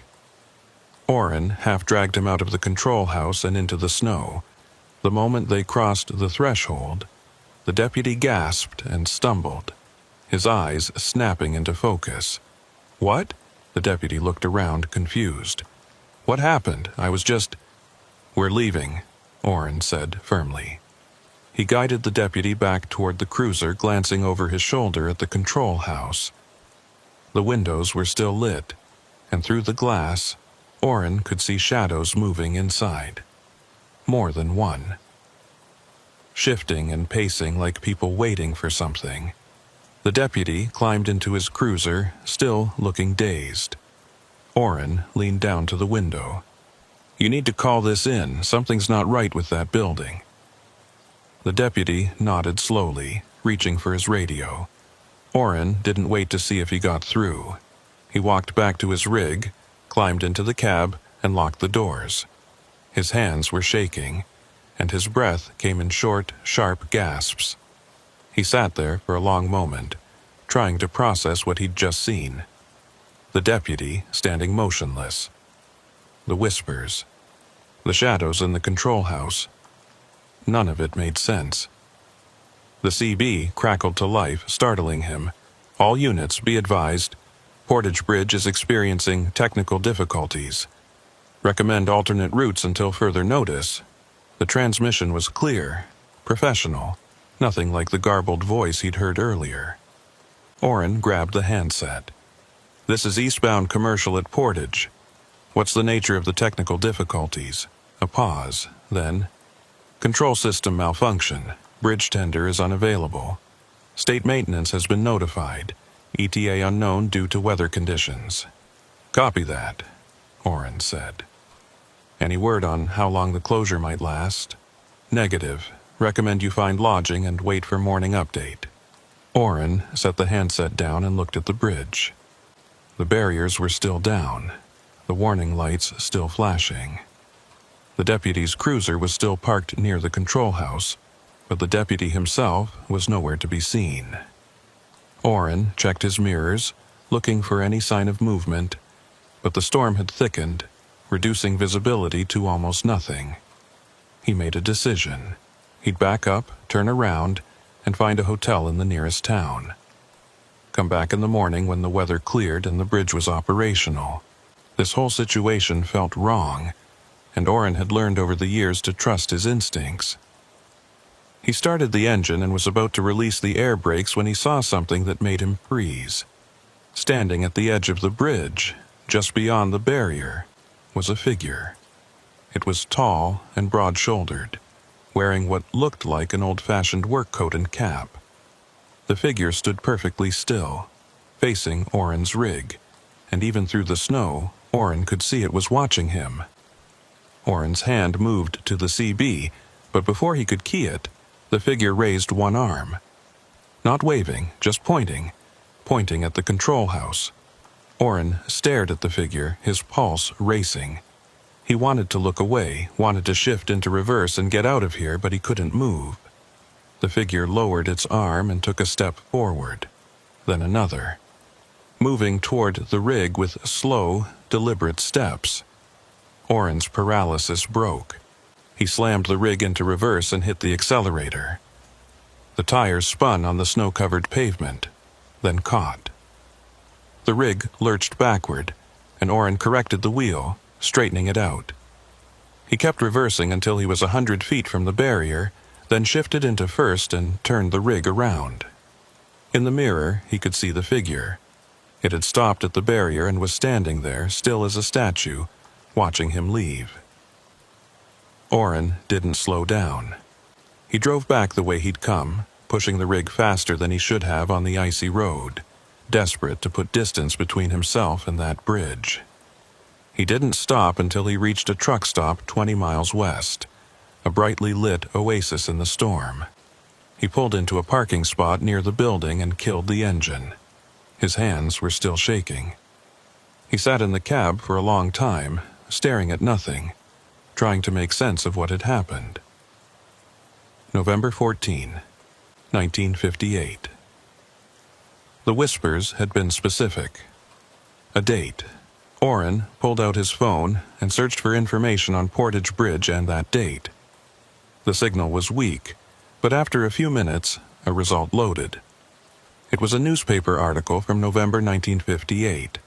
The headline read, "Bridge Tender Missing After Midnight Shift." Orrin read the article with growing unease. A woman named Mavis O'Rourke had been working the midnight shift at Portage Bridge on November 14th when she disappeared.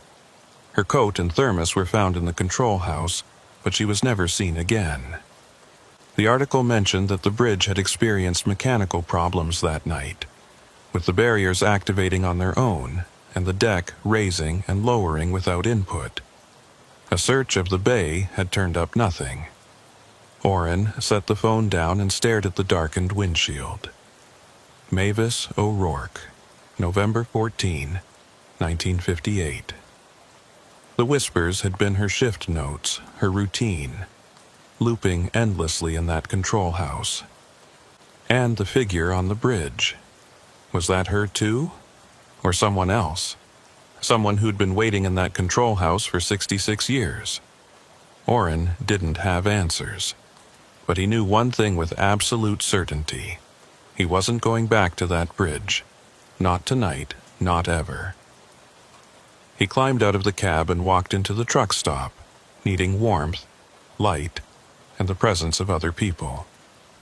He ordered coffee and sat at a booth near the window, watching the snow fall and thinking about the deputy's blank expression and the shadows moving in the control house. Outside, the storm continued to rage, and somewhere in the darkness, Portage Bridge waited. Barriers down, lights flashing, a ghost keeping vigil over an empty span, calling out shift notes to anyone who would listen.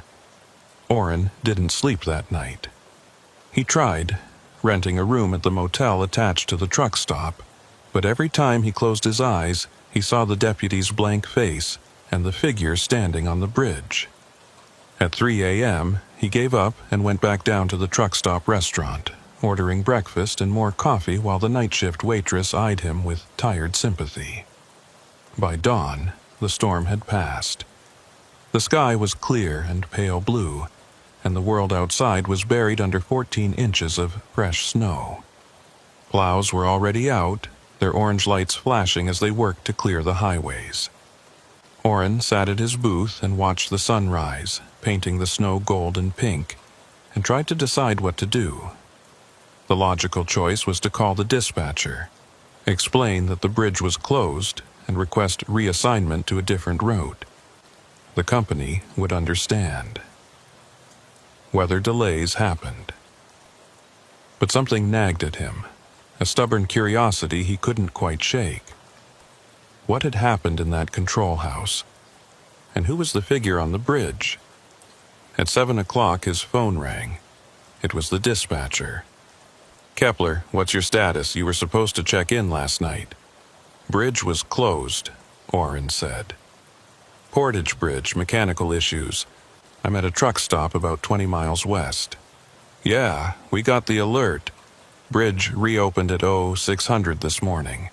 State crew cleared it. You're good to proceed." Orrin felt his stomach tighten. "It's open. You sure?" "That's what the traffic report says. Why? You have a problem with it?" Orrin hesitated. How could he explain what he'd seen without sounding crazy? No problem. I'll head out now." "Good. Client's expecting delivery by noon. Don't be late." The dispatcher hung up. Orrin set the phone down and stared at his cold coffee. The bridge was open, cleared by a state crew, which meant someone had been in that control house this morning, reset the barriers, and checked the systems. Someone who presumably hadn't encountered any whispers or shadows or figures in vintage work clothes. Maybe he'd imagined it. Maybe the stress and the storm and the isolation had combined to create something that wasn't there. The deputy had seemed normal by the time Orrin left, hadn't he? Maybe the whole thing had been a shared hallucination, carbon monoxide or some other environmental factor. Orrin paid his bill and walked out to the rig. The parking lot was half empty now, most of the overnight trucks already back on the road. He climbed into the cab, started the engine, and sat for a moment, hands on the wheel. He could take an alternate route, add 2 hours to the trip but avoid the bridge entirely. Or he could push forward, cross in broad daylight with clear weather, and prove to himself that there was nothing to fear. He chose the latter. He pulled out of the truck stop and headed east, following the plowed highway back toward Portage Bridge. The roads were clear, the sky was bright, and the lake stretched out to his right like a vast sheet of wrinkled ice. Everything looked normal, safe. It took him 30 minutes to reach the bridge approach. As he crested the hill and the bridge came into view, Orrin felt his pulse quicken. The barriers were up, the warning lights were off. The bridge looked exactly as it should, a functional piece of infrastructure connecting one stretch of highway to another. He slowed as he approached, scanning the control house. The windows were dark now, no lights visible. The door was closed. There were tire tracks in the snow near the building, evidence of the state crew's visit. Everything looked normal. Orrin eased the rig onto the bridge. The deck was solid, recently plowed, with just a thin layer of snow remaining. He could feel the slight vibration of the structure beneath him as the weight of the rig pressed down on the old framework. The bay stretched out on either side, gray water visible through gaps in the ice that had formed along the edges. He was halfway across when he noticed something odd. Scratched into the snow on the deck, just ahead of his lane, were marks. Not tire tracks. Letters. Someone had written something in the snow, the lines thin and precise, like they'd been drawn with a stick or a finger. Orrin slowed almost to a stop, trying to make out the words. The marks were faint, already starting to fill in with drifting snow, but he could read them clearly enough. Shift change midnight. Orrin's blood ran cold. He glanced at the control house as he passed. The windows were still dark, but as he looked, he thought he saw movement. A shadow passing across the glass. Just for a moment. Then it was gone.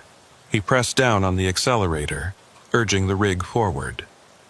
The bridge wasn't long, maybe a quarter mile, but it felt like it stretched for miles. The control house slid past on his right, and Orrin kept his eyes fixed on the road ahead, refusing to look at the windows. He was almost to the far end when he heard it. A voice on the CB, faint and crackling with static. Waiting for relief. Shift ends at 0800. Orrin grabbed the handset. Who is this? The voice continued, ignoring his question. Deck inspection incomplete. Barrier malfunction logged. Who is this? Orrin repeated, louder this time. The voice cut out, replaced by silence. Orrin stared at the CB, his hands shaking. He recognized the cadence now, the flat, procedural tone. It was a shift report, the kind of thing a bridge tender would log in a daily record. He reached the far end of the bridge and felt the tires hit solid ground. The relief was immediate and overwhelming. He'd made it across. In daylight, in clear weather. And aside from the words in the snow and the voice on the CB, nothing had happened. He pulled over at the first turnout, a small rest area about a mile past the bridge. He needed to collect himself, needed to process what he'd just experienced. He set the air brakes and climbed out of the cab, pacing in the snow, his breath fogging in the cold air. This was real, not a hallucination, not carbon monoxide. Something was happening on that bridge. Something connected to Mavis O'Rourke and her disappearance in 1958. But what? And why was it manifesting now, 66 years later? Orrin pulled out his phone and searched for more information. He found another article, this one from December 1958. It described how the search for Mavis O'Rourke had been called off after 2 weeks with no leads. The article mentioned that she'd been a reliable employee, never missed a shift, and had no reason to disappear. Her family had been interviewed, but they had no answers. There was a quote from the bridge superintendent at the time. Mavis was scheduled to work until 8 a.m. on the morning of November 15th. Her relief never showed up due to the storm. She was last heard on the radio at 7:45, reporting normal conditions. By the time the day shift supervisor arrived at 9, the control house was empty. Orrin read the quote again. Her relief never showed up. She'd been waiting for someone who never came, stuck in that control house during a storm, alone. And then she'd vanished. He looked back toward the bridge. From this distance, it was just a dark line against the pale sky. But he could still see the control house, a small square shape at the center of the span, and even from here, even in full daylight, it looked wrong, like a wound in the landscape that had never healed. His phone rang, startling him. The dispatcher again. "Kepler, you crossed that bridge yet?" "Yeah, just cleared it." "Good, keep moving. Weather's supposed to turn again this afternoon. I want you in Sault Ste. Marie before it hits." "Copy that," Orrin said. He was about to hang up when a thought occurred to him. Hey, you know anything about the history of Portage Bridge? The dispatcher paused. What kind of history? Anything unusual? Accidents, incidents, that sort of thing? Why? You see something out there? Orrin hesitated. No, just curious. Well, I don't keep a bridge history database, Kepler, but I know it's old. 50s, I think. They've been talking about replacing it for years, but the state keeps pushing it back. Budgets, you know. Why? No reason. Just making conversation. Save it for your delivery. Call me when you're unloaded. The dispatcher hung up. Orrin stood in the cold, staring at his phone. The bridge was old, scheduled for replacement, which meant it wouldn't be there much longer. Maybe that was why things were stirring. Maybe Mavis O'Rourke's presence, or whatever was left of it, knew the bridge's days were numbered. Orrin climbed back into the cab and pulled onto the highway.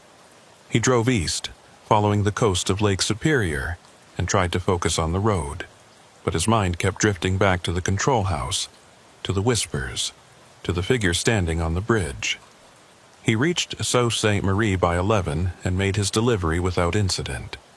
The warehouse crew unloaded the machine parts, and Orrin signed the paperwork, chatting briefly with the foreman about the storm and the road conditions. Normal trucker talk. Grounding. But as he climbed back into the cab and prepared to head out, his phone buzzed with a text message. Unknown number. He opened it. The message was simple. Don't cross at night. Orrin stared at the screen. He didn't recognize the number, and the area code was local to the region but not specific enough to trace. He typed a reply. Who is this? The response came immediately. Someone who knows. Orrin's hands tightened on the phone. Knows what? What happened to Mavis? What happens to anyone who stays too long? Orrin felt a chill run through him. Are you the deputy? Bram Ellington? No, but I was there. Long time ago. Who are you? The phone stayed silent for a long moment, then, doesn't matter. Just don't cross at night. Not Portage. Not in winter. The bridge remembers. Orrin typed furiously. Remembers what? What happened to Mavis? She waited, and waiting was the mistake. The phone went silent. Orrin waited for another message, but nothing came. He tried calling the number, but it went straight to a generic voicemail that wouldn't accept messages. He sat in the cab staring at the screen, his mind racing. Someone who knows. Someone who was there. That meant someone who'd experienced the same thing Orrin had. Someone who'd encountered whatever haunted that control house and lived to warn others. Orrin made a decision. He wasn't going back across Portage Bridge. Not today, not in the dark. He'd take the long route, the inland highway that looped north around the bay. It would add 3 hours to his trip, but he didn't care. He'd seen enough. He pulled out of the warehouse lot and headed north, away from the coast. The sky was darkening again, clouds rolling in from the west, and by the time he reached the inland highway, the first flurries were starting to fall. He drove through the afternoon and into the evening, the snow getting heavier as the new storm system moved in. But the road was well maintained, and traffic was light. He made steady progress, and by 7 o'clock he was past the bay and heading back toward the coast. He was 50 miles west of Portage Bridge when his phone rang. Unknown number. The same one that had texted him earlier. Orrin answered immediately. Hello? A voice. Old and tired, male. You took the long route. Good. Who is this? Orrin demanded. Name's not important. What's important is you listened. Most don't. You know what's happening at that bridge. Tell me. The voice sighed, a long, weary sound. I was a trucker. Like you. Crossed Portage on a November night in 1987. Storm rolled in, bridge barriers went down, and I got stuck waiting. I went to the control house to see what was happening. Found the tender there. Woman named... Hell, I can't remember her name now. But she was standing at the controls, not moving. Just like that deputy you saw. Mavis O'Rourke, Orrin said quietly. That's it. Yeah, Mavis. I tried to help her, but when I touched her shoulder, she turned around and looked at me, and I knew. I knew she wasn't alive, hadn't been for a long time. What did you do? Ran. Got in my rig and drove. Didn't stop until I hit Wisconsin. Sold the rig a month later, quit trucking, and never went back. But I kept tabs on that bridge. Every few years, someone reports something strange. Barriers going down on their own. Voices on the CB. Figures standing on the deck. Always in winter. Always when there's a storm. Why? Orrin asked. Why does it keep happening? Because she's still waiting. Mavis. Still working that shift. Waiting for relief that never came. And the bridge, it's like it recorded her. Trapped her in that moment. And every time conditions match that night in 58, storm, cold, isolation, it plays back, like a loop. Orrin felt his chest tighten. So she's, what, a ghost? Call it what you want. Ghost, echo, residual energy. Doesn't matter. What matters is she's stuck. And if you stay too long, if you try to interact with her, you get stuck too. Not physically, but mentally. You become part of the loop.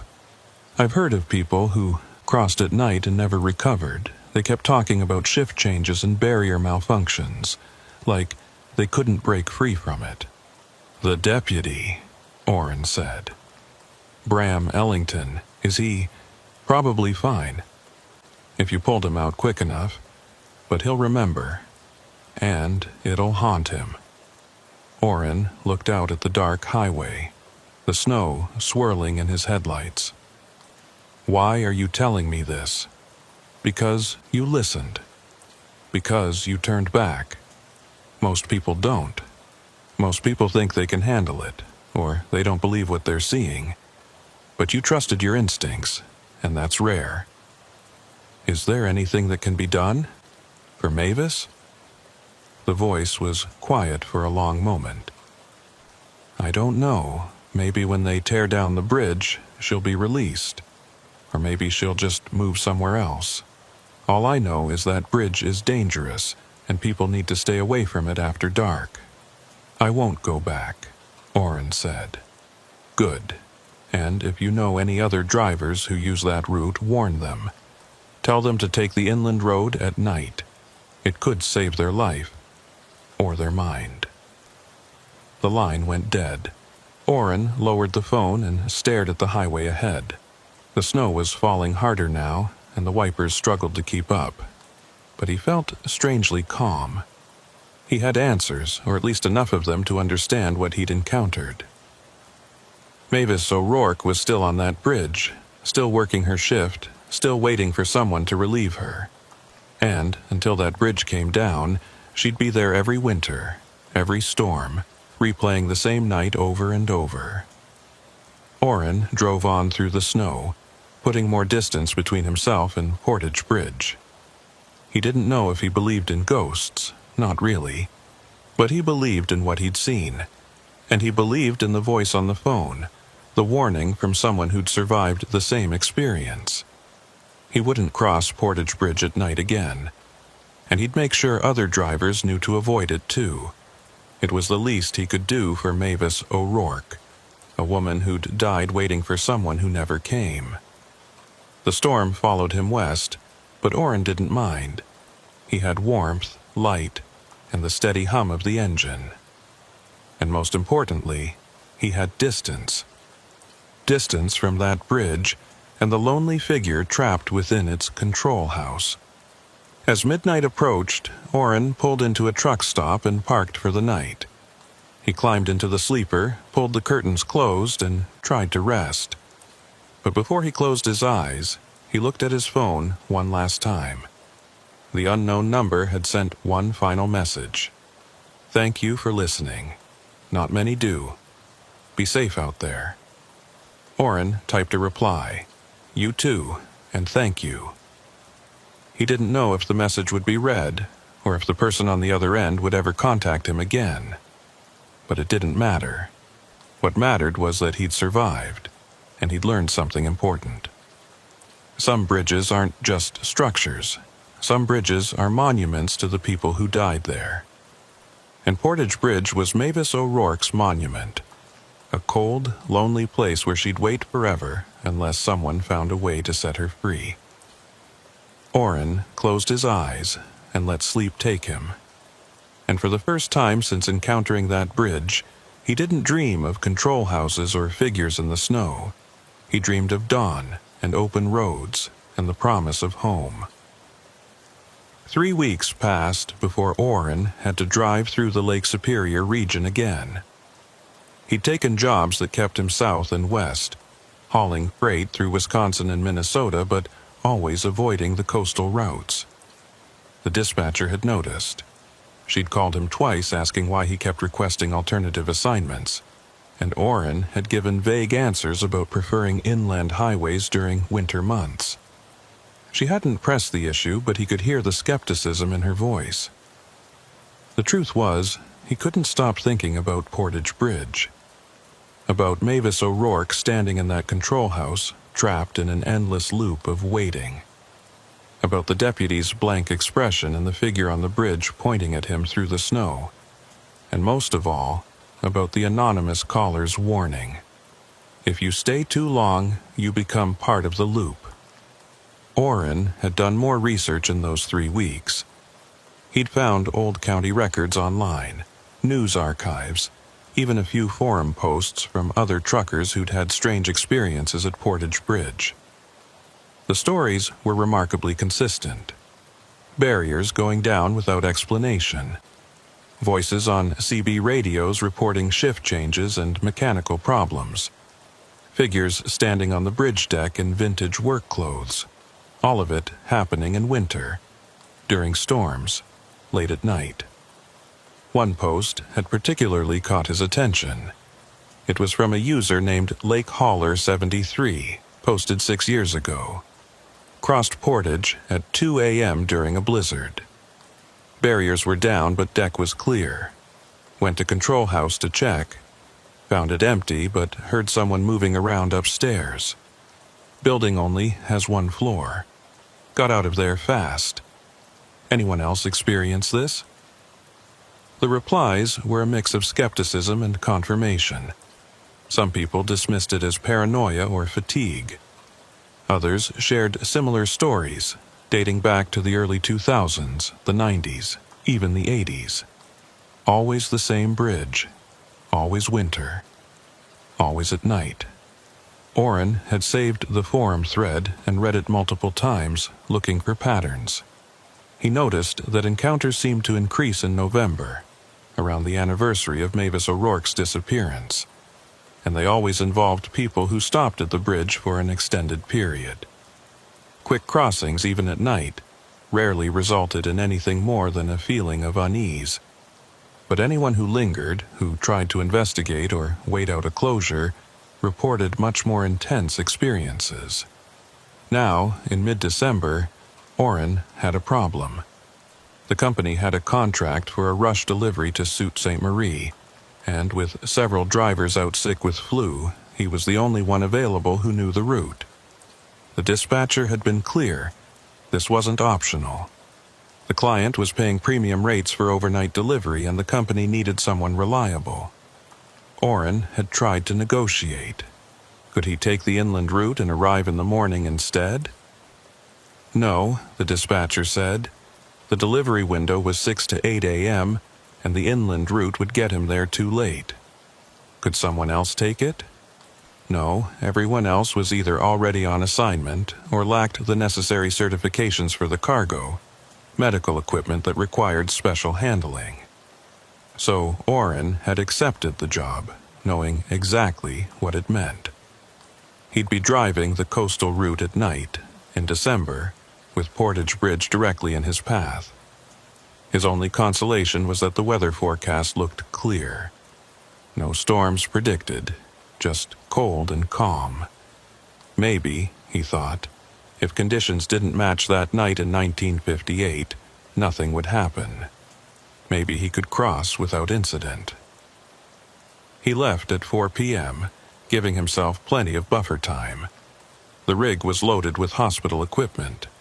Imaging machines, surgical tools, monitoring devices, all of it worth more than Oren's annual salary. He'd done the pre-trip inspection twice, checking every strap and seal, making sure nothing could shift in transit. The drive started smoothly. The sun set around 5:30, and Oren continued east into the darkness, his headlights cutting through the night. The roads were clear and dry, the temperature hovering just below freezing. He made good time, stopping once for fuel and a quick bathroom break, then pushing on toward the coast. He reached the Lake Superior shoreline around 8 p.m. The moon was nearly full, casting silver light across the frozen landscape. The lake stretched out to his right, vast and dark, with ice formations along the shore that glittered in the moonlight.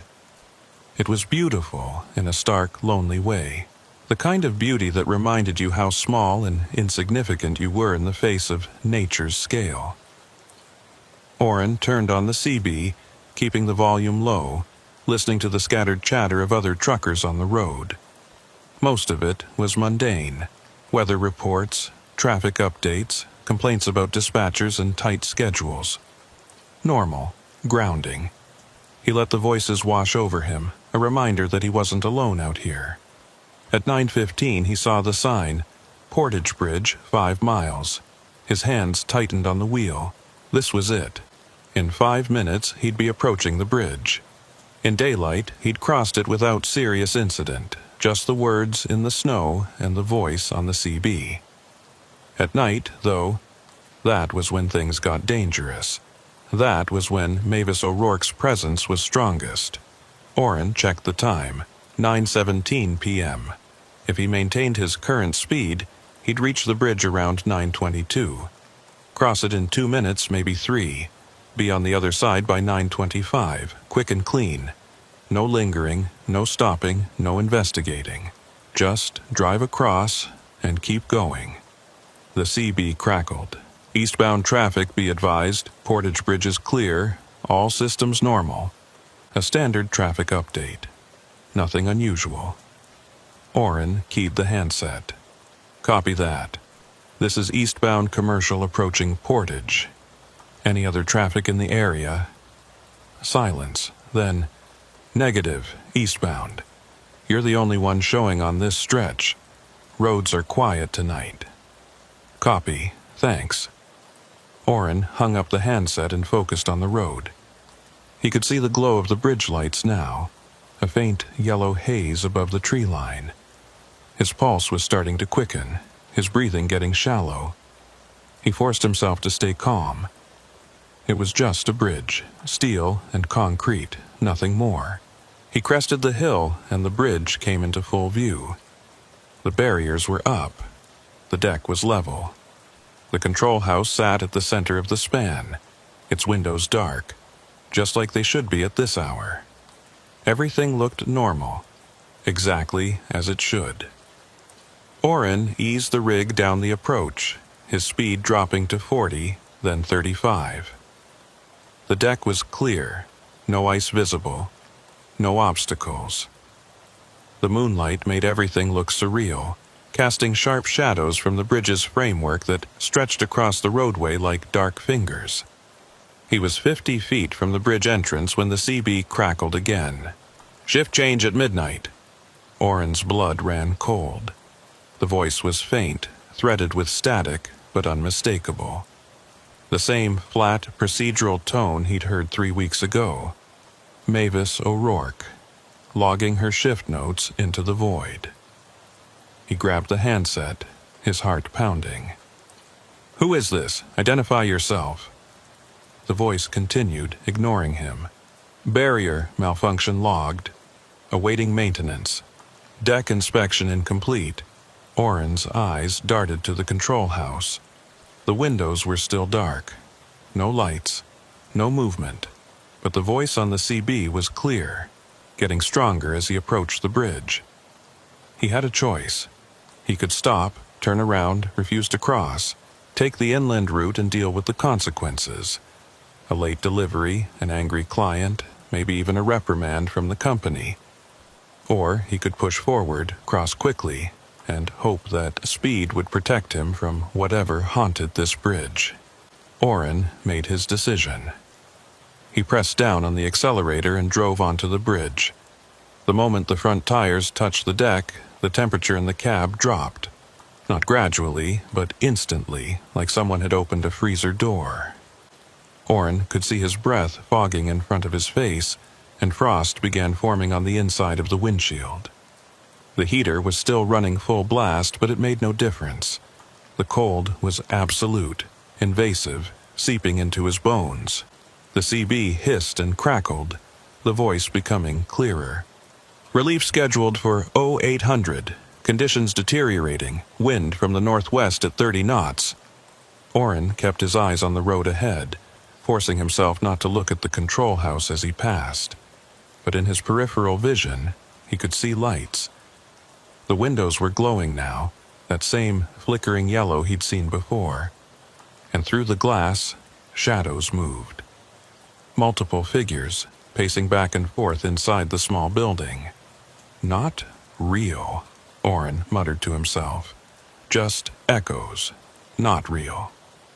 The voice on the CB shifted, the tone becoming more urgent. Cannot leave post. Waiting for relief. Procedure requires...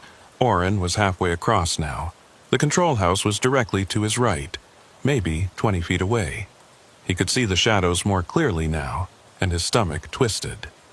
They weren't just pacing. They were gathering at the windows, pressing against the glass, watching his rig pass. And then, impossibly, he heard a knock. 3 sharp raps against the passenger door of his cab. Oren's head snapped to the right. There was nothing there. Just the dark expanse of the bay and the ice-covered water below. But the knock came again. 3 times. Deliberate, insistent. The CB voice fragmented, multiple voices overlapping now. Shift change, midnight, waiting. Relief never came. Cold, so cold, can't leave. Procedure. Oren's hands were shaking on the wheel. He wanted to floor it, race off this bridge at maximum speed, but he forced himself to maintain a steady pace. Sudden acceleration on icy bridge decks was a recipe for disaster. He had to stay calm, stay controlled. 3/4 across now. The far end of the bridge was visible ahead, the solid ground beyond it a promise of safety. Oren focused on that point, on the road that led away from this place, and tried to block out everything else. But then the CB went silent. Complete dead air. And in that silence, Oren heard something else, a voice. Not from the radio, but from inside the cab. A woman's voice, tired and resigned. You shouldn't have come. Oren's breath caught. He looked around the cab, but there was no one there. He was alone. Completely alone. The voice came again, seeming to originate from everywhere and nowhere. I tried to warn you. The barrier should have been down. Mavis, Oren whispered. I can't hold them much longer. The others. They want to show you what happened. They want you to understand. Hold who? Oren asked, his voice shaking. What others? The ones who stayed too long. The ones who couldn't leave. They're angry. They don't understand why I keep warning people away. They think if others join us, we won't be so alone. Oren reached the far end of the bridge and felt the tires hit solid ground. The temperature in the cab immediately began to rise. The frost on the windshield started to melt. The voice faded, becoming fainter. Don't come back, Mavis said, her words barely audible now. I can't protect you if you come back. Then she was gone. The cab was warm again, the CB crackling back to life with normal traffic chatter. Orrin pulled over at the first turnout and killed the engine, his entire body shaking. He sat in the darkness trying to process what had just happened. Mavis O'Rourke had spoken to him, not through the CB, not through whispers in a control house, but directly. As if she'd been sitting right next to him in the cab. And she'd said she'd been trying to warn him, trying to protect him from the others. The others? Orrin thought about the shadows in the control house, the figures on the bridge deck. How many people had gotten trapped there over the years? How many had stopped to investigate, to help, to wait out a storm, and never left? He pulled out his phone, hands still trembling, and called the anonymous number that had warned him before. It rang 4 times, then went to voicemail. Orrin waited for the beep. "This is Orrin Kepler. I just crossed Portage at night. I need to talk to you. I need to understand what's happening there. Call me back. Please." He hung up and stared at the phone, willing it to ring. But it stayed silent. He waited 5 minutes, then 10. Nothing. Orrin started the engine and pulled back onto the highway. He had a delivery to make, a schedule to keep. But his mind was racing, trying to make sense of what he'd experienced. Mavis had said she couldn't hold them much longer. The others. Which meant there was some kind of conflict happening on that bridge, between Mavis and the other trapped souls. She was trying to warn people away, trying to prevent more people from joining them. But the others wanted company, wanted to share their fate. The thought was terrifying. Not just that people could get trapped on that bridge, but that there was an active force trying to trap them, trying to pull them into that endless loop of waiting and cold and isolation.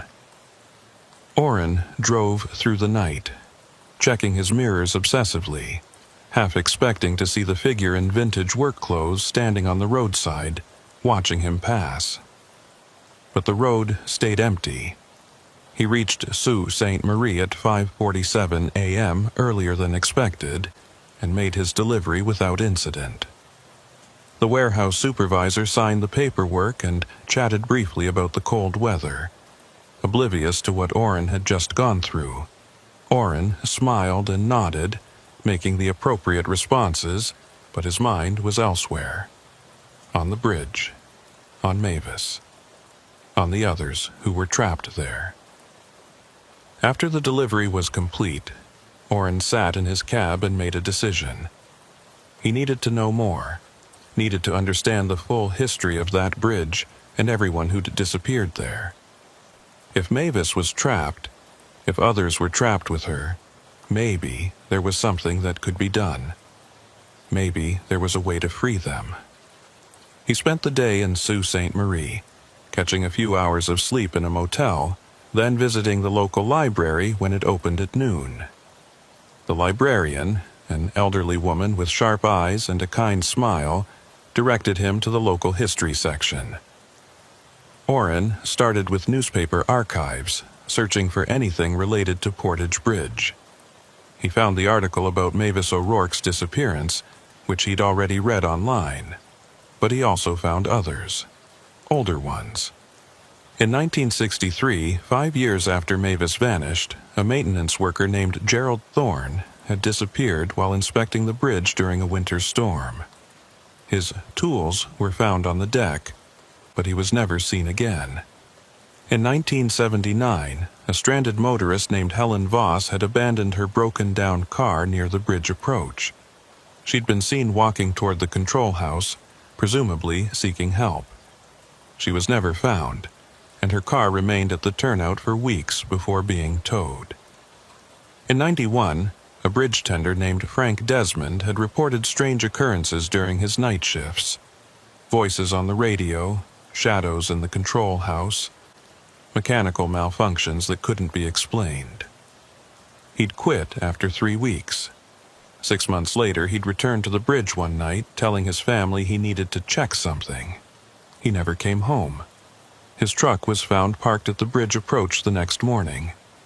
The pattern was clear. Every few years, someone disappeared near Portage Bridge. Always in winter. Always at night. Always during or after a storm. And the bridge's reputation had grown slowly, passed through local folklore and trucker networks, a place to avoid after dark.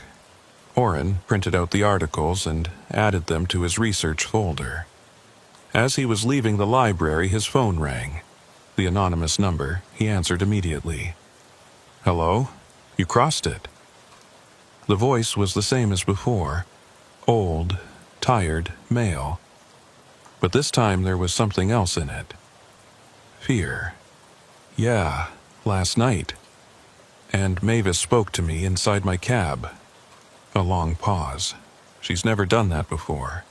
At least, not that I've heard. That means things are getting worse. She said she couldn't hold the others much longer, that they want to trap more people. "Jesus," the man muttered. "I was afraid of this. The bridge is dying. They're planning to demolish it next spring, replace it with a modern span. The trapped souls know it, and they're getting desperate." Desperate how? They're afraid that when the bridge comes down, they'll be scattered, lost. So they're trying to anchor themselves by adding more people to the loop. More souls trapped means more weight, more presence. Harder to dislodge when the structure collapses. Orrin felt sick. So, what do we do? How do we stop it? I don't know if we can. I've been thinking about this for 30 years, ever since I encountered Mavis. I've read everything I could find about hauntings, residual energy, all that paranormal stuff. And the consensus seems to be that spirits tied to physical locations can only be freed when the location is destroyed, or when whatever's keeping them there is resolved. So, demolishing the bridge might actually free them. Maybe. Or it might trap them permanently. There's no way to know. Orrin sat in his truck, staring at the library building. What about Mavis? What's keeping her there? You said she's waiting for relief. What if we gave her that relief? What do you mean? What if someone went to that control house on the anniversary of her disappearance and told her she could leave, that her shift was over, that she'd done her job and it was time to go home? The man was silent for a long moment. That's either brilliant or insane. I'm not sure which. November 14th, Orrin said. That's when she disappeared. That's 11 months away. You're talking about going back there, at night, during a storm, on the exact date when the bridge is most active. That's suicide. Maybe. But what if it works? What if all she needs is permission to leave? Someone to tell her it's okay that she's not abandoning her post? And the others?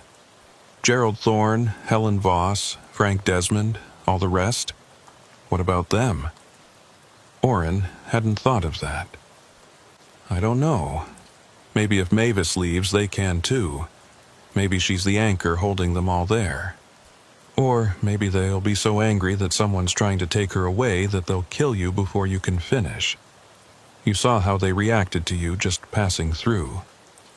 Imagine what they'd do if you actually tried to interfere. Orrin rubbed his face. The man was right. It was dangerous, possibly fatal. But the alternative was doing nothing, letting the bridge be demolished with all those souls still trapped inside, desperate and afraid. I need to think about this, Orrin said finally.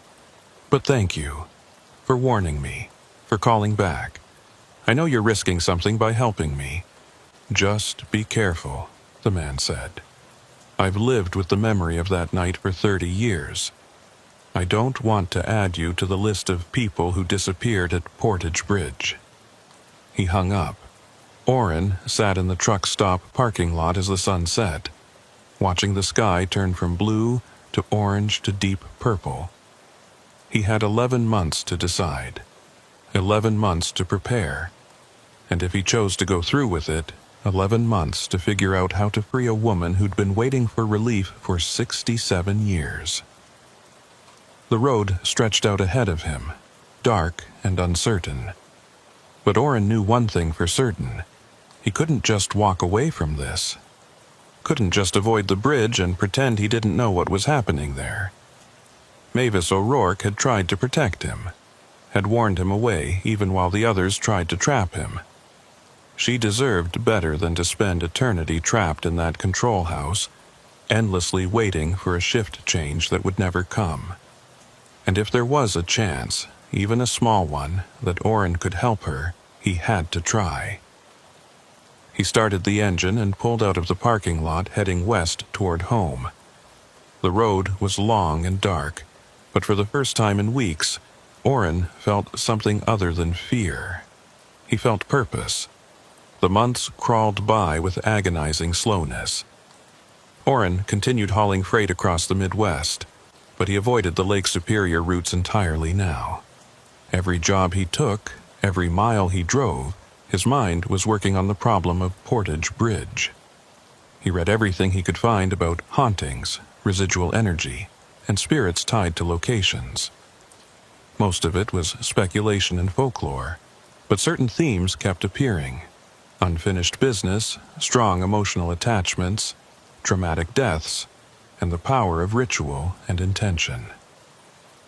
By March, Orrin had developed a plan. He'd returned to Portage Bridge on November 14th, the anniversary of Mavis O'Rourke's disappearance. He'd wait until conditions matched that night in 1958 as closely as possible. Late evening, cold, preferably during a storm. Then he'd go to the control house and speak to Mavis directly, giving her permission to leave her post, to abandon the shift that had trapped her for nearly 7 decades. But he wouldn't go alone. The anonymous caller, who'd eventually identified himself as Raymond, a retired trucker living in Wisconsin, had agreed to help.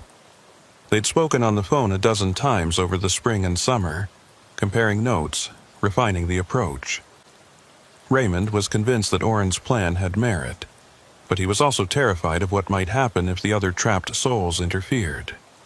"You need to understand something," Raymond had said during one of their calls. "Mavis is the strongest presence on that bridge because she was the first. She's been there the longest and her attachment is the deepest. But the others, Gerald, Helen, Frank, and whoever else is trapped there, they're desperate. They've been isolated for years, some for decades. If they think you're trying to take Mavis away from them, they'll fight back." "How?" Orrin had asked. "What can they actually do?" "I don't know exactly. But Frank Desmond went back to that bridge voluntarily, remember?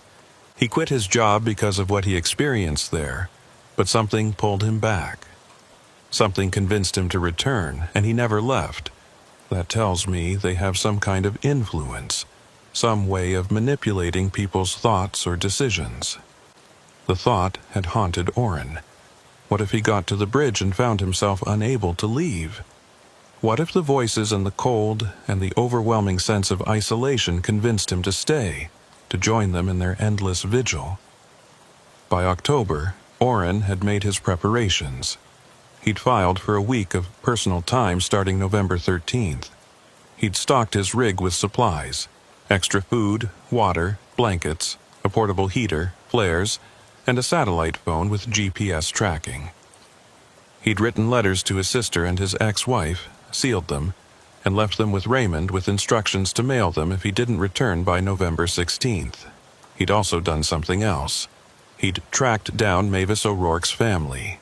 It hadn't been easy. Most of her immediate relatives were dead, and those who remained had scattered across the country. But he'd finally located a nephew, Thomas O'Rourke, living in a nursing home in Green Bay. Thomas was 91 years old, his memory fading, but he remembered his Aunt Mavis clearly. She was kind, Thomas had told Orrin during their phone conversation.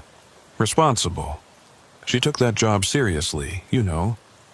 Bridge tender wasn't glamorous work, but she treated it like it mattered. She'd tell us stories about the ships that came through, the crews she'd talked to on the radio. She loved that bridge. "Do you know what happened to her?" Orrin had asked gently. "No, nobody does. The police investigated, but there was nothing. No body, no evidence.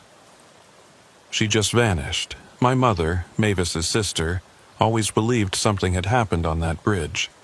An accident, maybe, or foul play. But there was never any proof. If you could tell Mavis something now, what would it be? Thomas had been quiet for a long moment. I'd tell her we missed her, that we never forgot her, and that it's okay to rest now. She doesn't have to keep working, she can come home. Orrin had written down those words, Thomas's exact phrasing. He'd committed them to memory, rehearsing them over and over. Because when he stood in that control house and spoke to Mavis O'Rourke, those were the words he'd use. Words from her family, releasing her from her duty. November 14th arrived cold and clear. Orrin had hoped for a storm, for conditions that would match 1958. But the weather forecast showed nothing more than light winds and temperatures in the 20s. He'd considered waiting for worse weather, but Raymond had talked him out of it. The anniversary is what matters, Raymond had said. The date itself has power. That's when her presence will be strongest, when she'll be most able to hear you and respond. Don't wait for perfect conditions. Just go. So Orrin had loaded his rig with a false cargo, empty pallets and crates, enough weight to make the trip look legitimate if anyone checked, and headed east from his apartment in Minneapolis.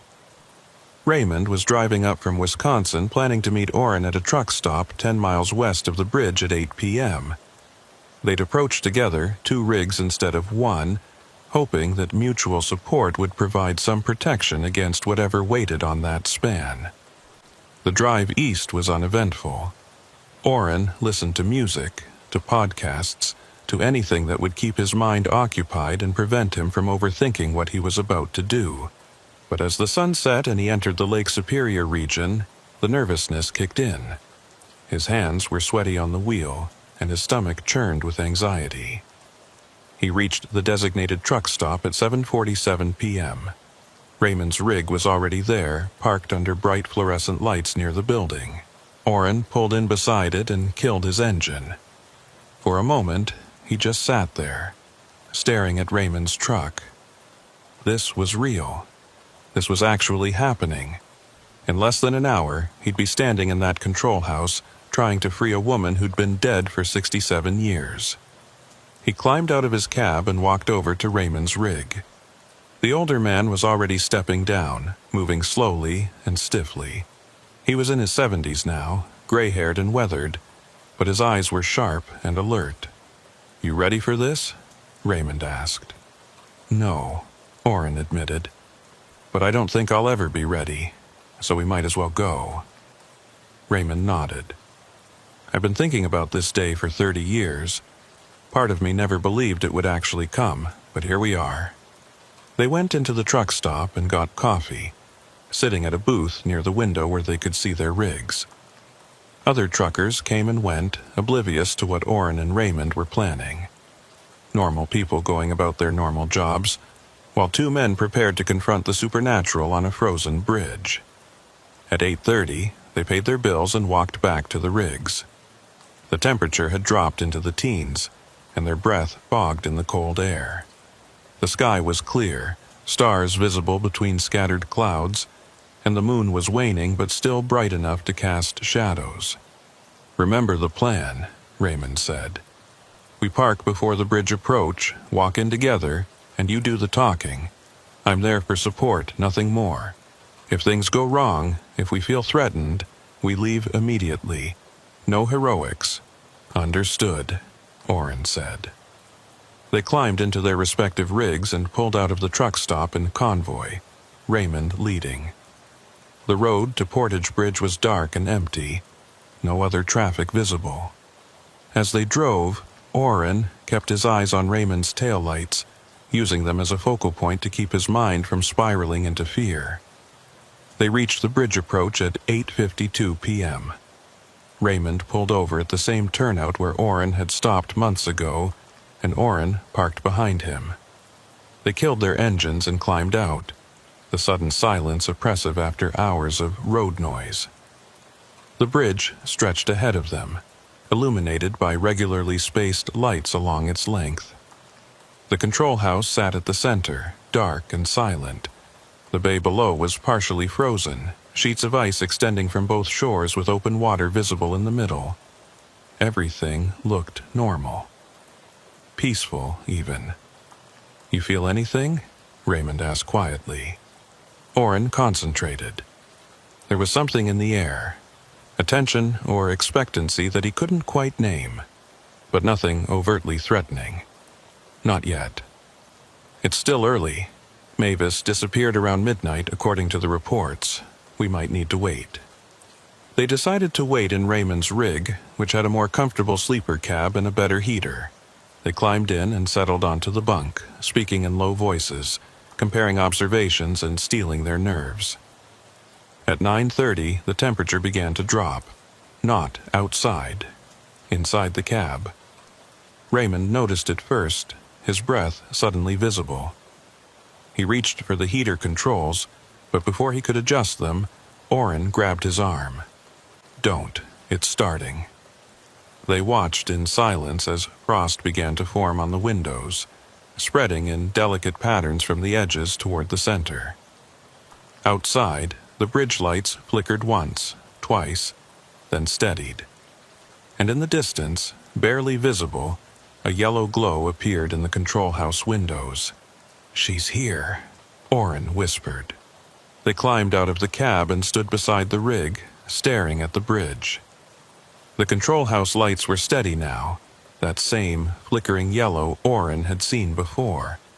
And as they watched, a figure appeared in one of the windows, tall and indistinct, moving back and forth inside the small building. "Time to go," Raymond said, his voice tight with fear. They walked toward the bridge, their boots crunching in the snow that had accumulated on the shoulder. As they approached the entrance, Oren felt the air grow colder, denser, like they were walking into a wall of ice. His lungs ached with each breath, and his exposed skin burned from the cold. The CB in Raymond's rig crackled to life behind them, the sound carrying clearly in the still air. "Shift change at midnight, waiting for relief, deck inspection incomplete," Mavis's voice repeating her logs. Oren forced himself to keep walking. They stepped onto the bridge deck, and immediately the world changed. The modern highway lights dimmed, their illumination seeming to recede, and in their place, older lights appeared. Incandescent bulbs and vintage fixtures, casting a yellower, harsher glow. The bridge framework looked different too, less weathered, the paint fresher, the metal less corroded. "We're seeing it as it was," Raymond breathed, "in 1958.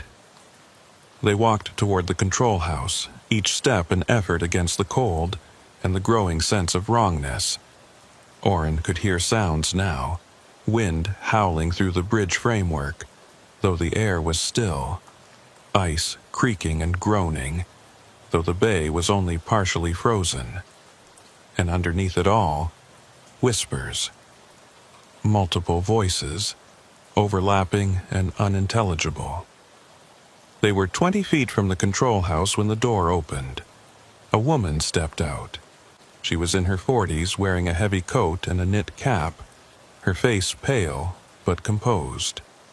Mavis O'Rourke, looking exactly as she had in the 1958 photograph Oren had found. She looked at them without surprise, as if she'd been expecting them. "You shouldn't be here," she said, her voice clear but distant, like it was coming from the bottom of a well. "It's not safe. The others are agitated tonight." "We came to help you," Oren said, his voice shaking from cold and fear. "We came to tell you that you can leave." Mavis shook her head slowly. "I can't leave. I'm waiting for my relief. Procedure requires—" "Your relief isn't coming," Oren interrupted gently. "It's been 67 years, Mavis. November 14th, 1958 was the last night you worked. You've been waiting all this time, but you don't have to anymore." She stared at him, confusion crossing her pale features. 67 years? That's not... I've only been here for a few hours. It's still November 14th. For you, yes. But for the rest of the world, decades have passed. Your family is gone, Mavis. But I spoke to your nephew Thomas before his memory started to fade. He asked me to tell you something. Mavis's eyes widened slightly. Thomas? Little Thomas? He's 91 now, and he wanted you to know that your family missed you, that they never forgot you, and that it's okay to rest now.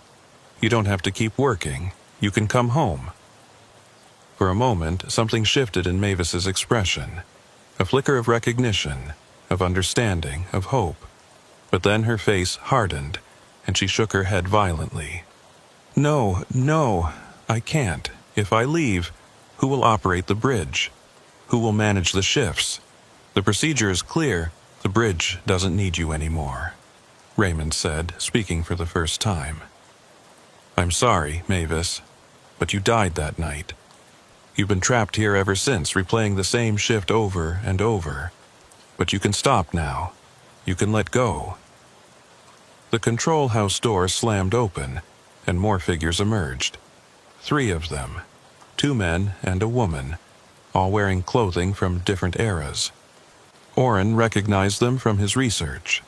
Gerald Thorne in his maintenance coveralls from the 60s. Helen Voss in her 70s-era parka, and Frank Desmond in a 90s-style bridge tender uniform. They moved to stand behind Mavis, their faces expressionless, their eyes glassy and unfocused. But there was hostility in their postures, a clear message. Leave her alone. You can't have her, Gerald said, his voice flat and mechanical. She's ours. We need her. She's the only thing keeping us together, Helen added. If she leaves, we'll scatter. We'll be alone. You're already alone, Orrin said, trying to keep his voice steady. All of you are trapped in your own moments, your own traumas. Mavis is trapped waiting for relief. Gerald, you're trapped in whatever happened during your inspection. Helen, Frank, the same. You're not really together. You're just haunting the same space. Shut up, Frank snarled, his face twisting with anger. You don't know what it's like, the cold, the silence, the endless waiting. At least, when we're near each other, we're not completely alone. If Mavis leaves, that connection breaks. Then leave with her, Raymond said. All of you. Whatever's keeping you here, let it go. Find peace. The 3 figures laughed, a harsh, bitter sound that echoed across the frozen bay. Peace, Gerald said. We tried to leave. We can't. We're bound to this bridge, to our deaths. The only way we could ever escape is if... He stopped abruptly, and all 3 figures turned their heads in unison, looking at something behind Orrin and Raymond. The 2 men spun around. Standing on the bridge deck, blocking their path back to the rigs, was another figure. This one was different from the others. Larger, more solid-looking, and radiating a palpable sense of malevolence. It wore a heavy coat and a foreman's hat, and its face was twisted in a permanent expression of rage. That's not possible, Raymond whispered. That's Callahan, Mavis said quietly. The construction foreman. He died during the bridge building in 1953. He was the first. The figure, Callahan, began walking toward them, each step deliberate and threatening. You shouldn't have come here, it said, its voice like grinding metal. This bridge is mine. These souls are mine. And now you'll join them. Orrin felt panic rising in his chest. This was worse than he'd imagined. Not just trapped souls looking for companionship, but something darker, something actively malevolent. A spirit that didn't just haunt the bridge, it claimed it, owned it. Run, Raymond said urgently. Run now. But before they could move, the bridge itself seemed to respond. The deck beneath their feet tilted slightly, throwing them off balance. The framework groaned and creaked, sounds that shouldn't be possible from a stable structure. And the temperature dropped even further, so cold that Orrin felt his lungs seizing, unable to draw breath. Mavis stepped forward, positioning herself between them and Callahan. "No," she said firmly. "You can't have them. They came to help, not to harm." Callahan's expression twisted further. "You dare defy me? I made you what you are. I gave you purpose. Without me, you're nothing." "You didn't make me," Mavis said, her voice growing stronger. "You trapped me. You and this cursed bridge. I stayed because I thought it was my duty, my responsibility. But it wasn't. It was your manipulation, your need to collect souls to feed your anger."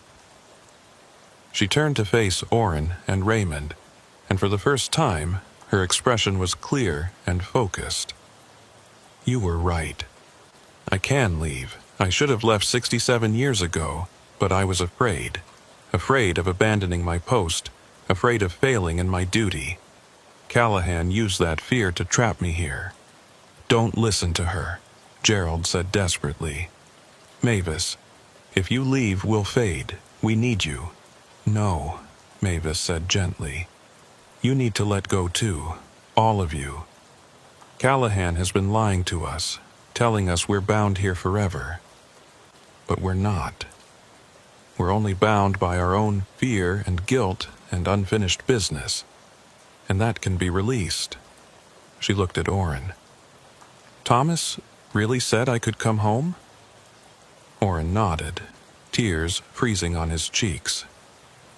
"He did. Your family loved you, Mavis. They want you to rest."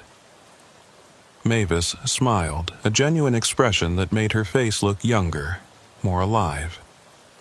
"Then I'm going home. My shift is over." She turned and walked toward the edge of the bridge, toward the railing overlooking the frozen bay. Callahan roared and lunged toward her, but she was faster. She climbed onto the railing, balanced there for a moment, and looked back at the other trapped souls. "You can all leave too. Just let go. Stop replaying your deaths and choose to move on." Then she stepped off the railing and fell into the darkness below. The effect was immediate and catastrophic.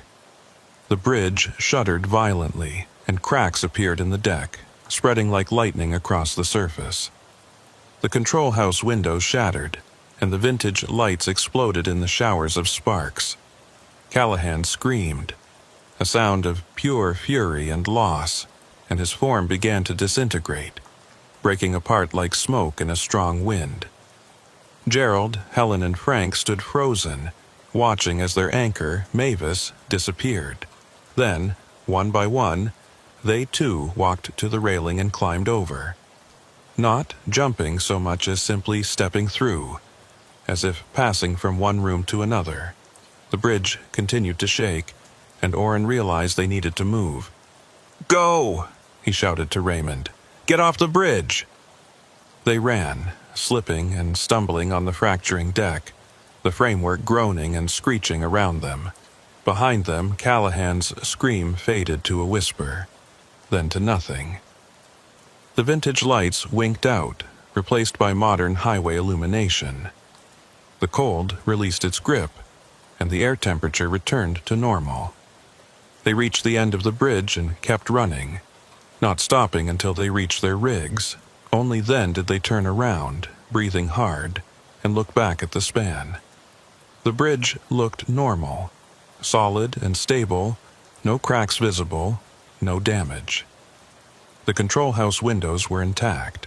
Everything appeared exactly as it should, but the lights in the control house were dark, and there was a quality to the air, a lightness, an absence, that hadn't been there before. "Did we?" Raymond couldn't finish the sentence. "I think we did," Orrin said quietly. "I think they're free." They stood in silence watching the bridge, waiting for some sign of what had happened. After 10 minutes, Orrin's phone buzzed. A text message from an unknown number. Thank you. That was all. Just 2 words. But Orrin knew who had sent it. He showed the message to Raymond, who nodded slowly. Mavis, Raymond said. She's saying goodbye. Orrin typed a reply. Rest well. Your shift is over. The message marked as delivered but never read. And somehow that felt right. They climbed into Raymond's rig and sat in the warm cab, processing what they'd experienced. Neither of them felt like driving yet, so they just sat, occasionally glancing at the bridge, making sure it was still there, still solid. What about Callahan? Raymond asked finally. Do you think he's gone too? I don't know, Orrin admitted. But I think when Mavis left, she broke his hold. He was feeding off the trapped souls, using them to anchor himself here. Without them, he had nothing left. So the bridge is clean now, free of ghosts. Maybe. Or maybe there are others we don't know about.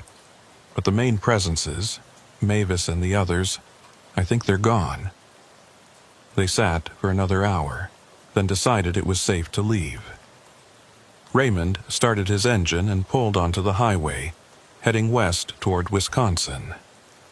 Orrin followed in his own rig, taking one last look at Portage Bridge in his mirror.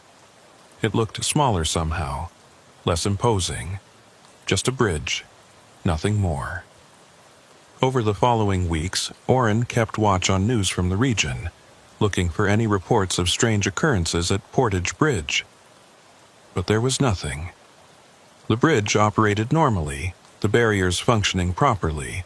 No reports of voices or apparitions or unexplained cold spots. In February, he received a letter from Thomas O'Rourke's nursing home. Thomas had passed away peacefully in his sleep on November 15th, the day after Orrin had gone to the bridge. The letter included a note that Thomas had left, to be sent to Orrin in the event of his death. Thank you for finding my aunt and bringing her home. I dreamed about her the night before I died. She was young and happy, and she told me she was finally free. She asked me to tell you that you gave her a gift she thought she'd never have, the chance to rest. Thank you. Orrin folded the letter carefully and placed it in his research folder, along with all the articles and notes he'd collected about Portage Bridge. He didn't know if he'd ever drive past that bridge again. The state had announced that demolition was still scheduled for spring, and the new span would be operational by summer. When that new bridge opened, Orrin made a point of crossing it during the day. The structure was modern and efficient, all concrete and steel, with digital controls and automated barriers. No control house, no bridge tender, just sensors and computers managing the lift mechanism. As he drove across, Orrin looked down at the water below. The old bridge pilings were still visible, dark shapes beneath the surface. But there was no sense of presence, no feeling of being watched.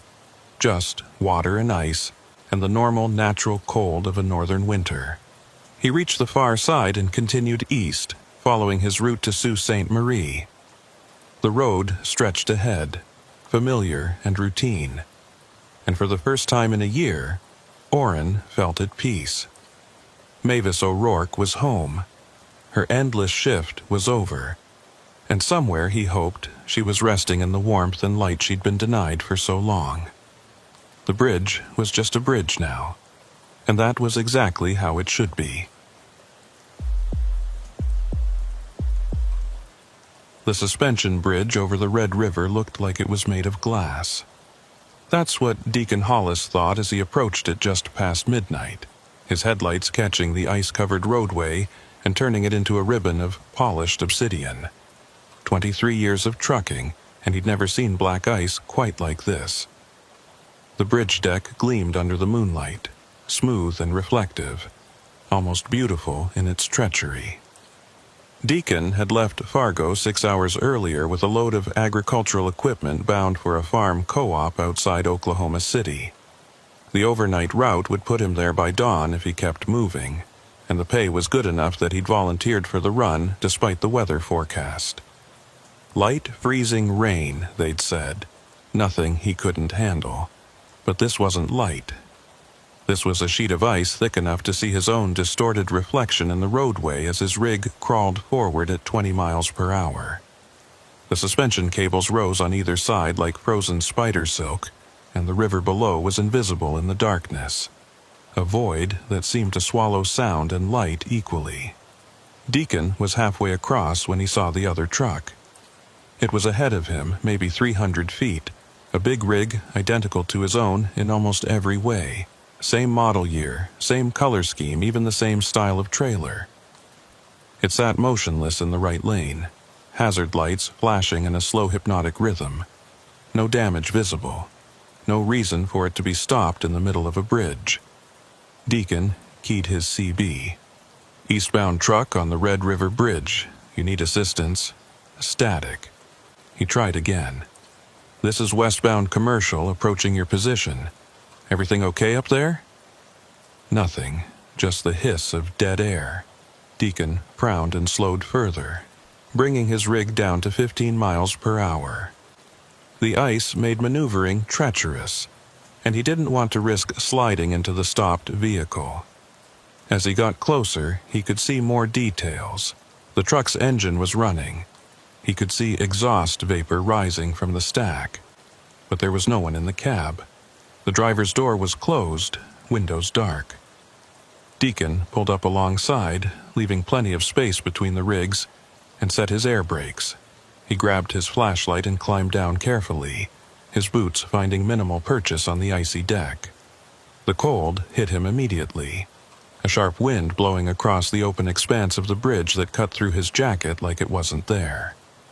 He walked over to the other truck, his flashlight beam sweeping across the cab. Empty, definitely empty. But the keys were in the ignition, the engine idling smoothly, and a coffee cup sat in the holder, steam still rising from it. Fresh, very fresh.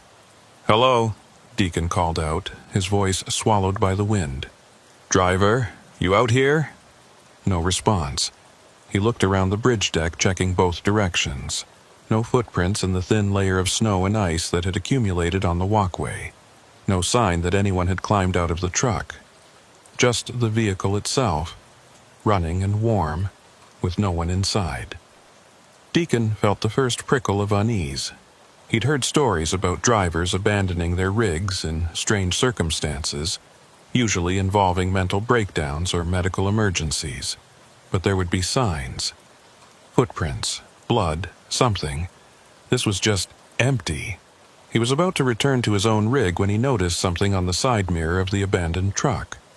Scratched into the frost that had formed on the glass were words. Fresh scratches, the ice still loose and powdery around the edges. "Turn back." Deacon's breath caught. He looked around again, more urgently this time, his flashlight cutting through the darkness. The bridge stretched empty in both directions. The wind moaned through the suspension cables, a low, mournful sound that made his skin crawl. He walked to the front of the abandoned truck and checked the license plate, memorizing the number. Then he returned to his own rig, climbed inside, and locked the doors. His hands were shaking as he grabbed the CB handset. "This is westbound commercial on the Red River Bridge. I've got an abandoned vehicle here, engine running, no driver present, requesting state patrol assistance." A voice crackled back immediately. Male, professional, calm. "Copy that, westbound. Can you provide a description and plate number?" Deacon rattled off the details, including the message scratched in the mirror frost. There was a pause on the other end. "Say again on that last part? Message in the frost?" "Affirmative, 2 words. Turn back, looked fresh." Another pause, longer this time. "Westbound, this is State Trooper Vance Quill. I'm about 15 minutes from your location. Can you safely remain in your vehicle until I arrive?" "Yeah, I can wait, but there's something off about this whole situation." "Understood. Stay in your cab, keep your doors locked, and maintain radio contact. I'm en route." Deacon set the handset down and stared at the abandoned truck through his windshield. The hazard lights continued their slow flash, painting the ice-covered deck in amber pulses. And now that he was sitting still, looking more carefully, he noticed something else. There were marks on the ice. Not footprints, but drag marks. Long, parallel scratches in the black ice, leading from the abandoned truck toward the edge of the bridge, toward the railing. Deacon's stomach twisted. He climbed out again, moving carefully across the ice, and followed the marks with his flashlight.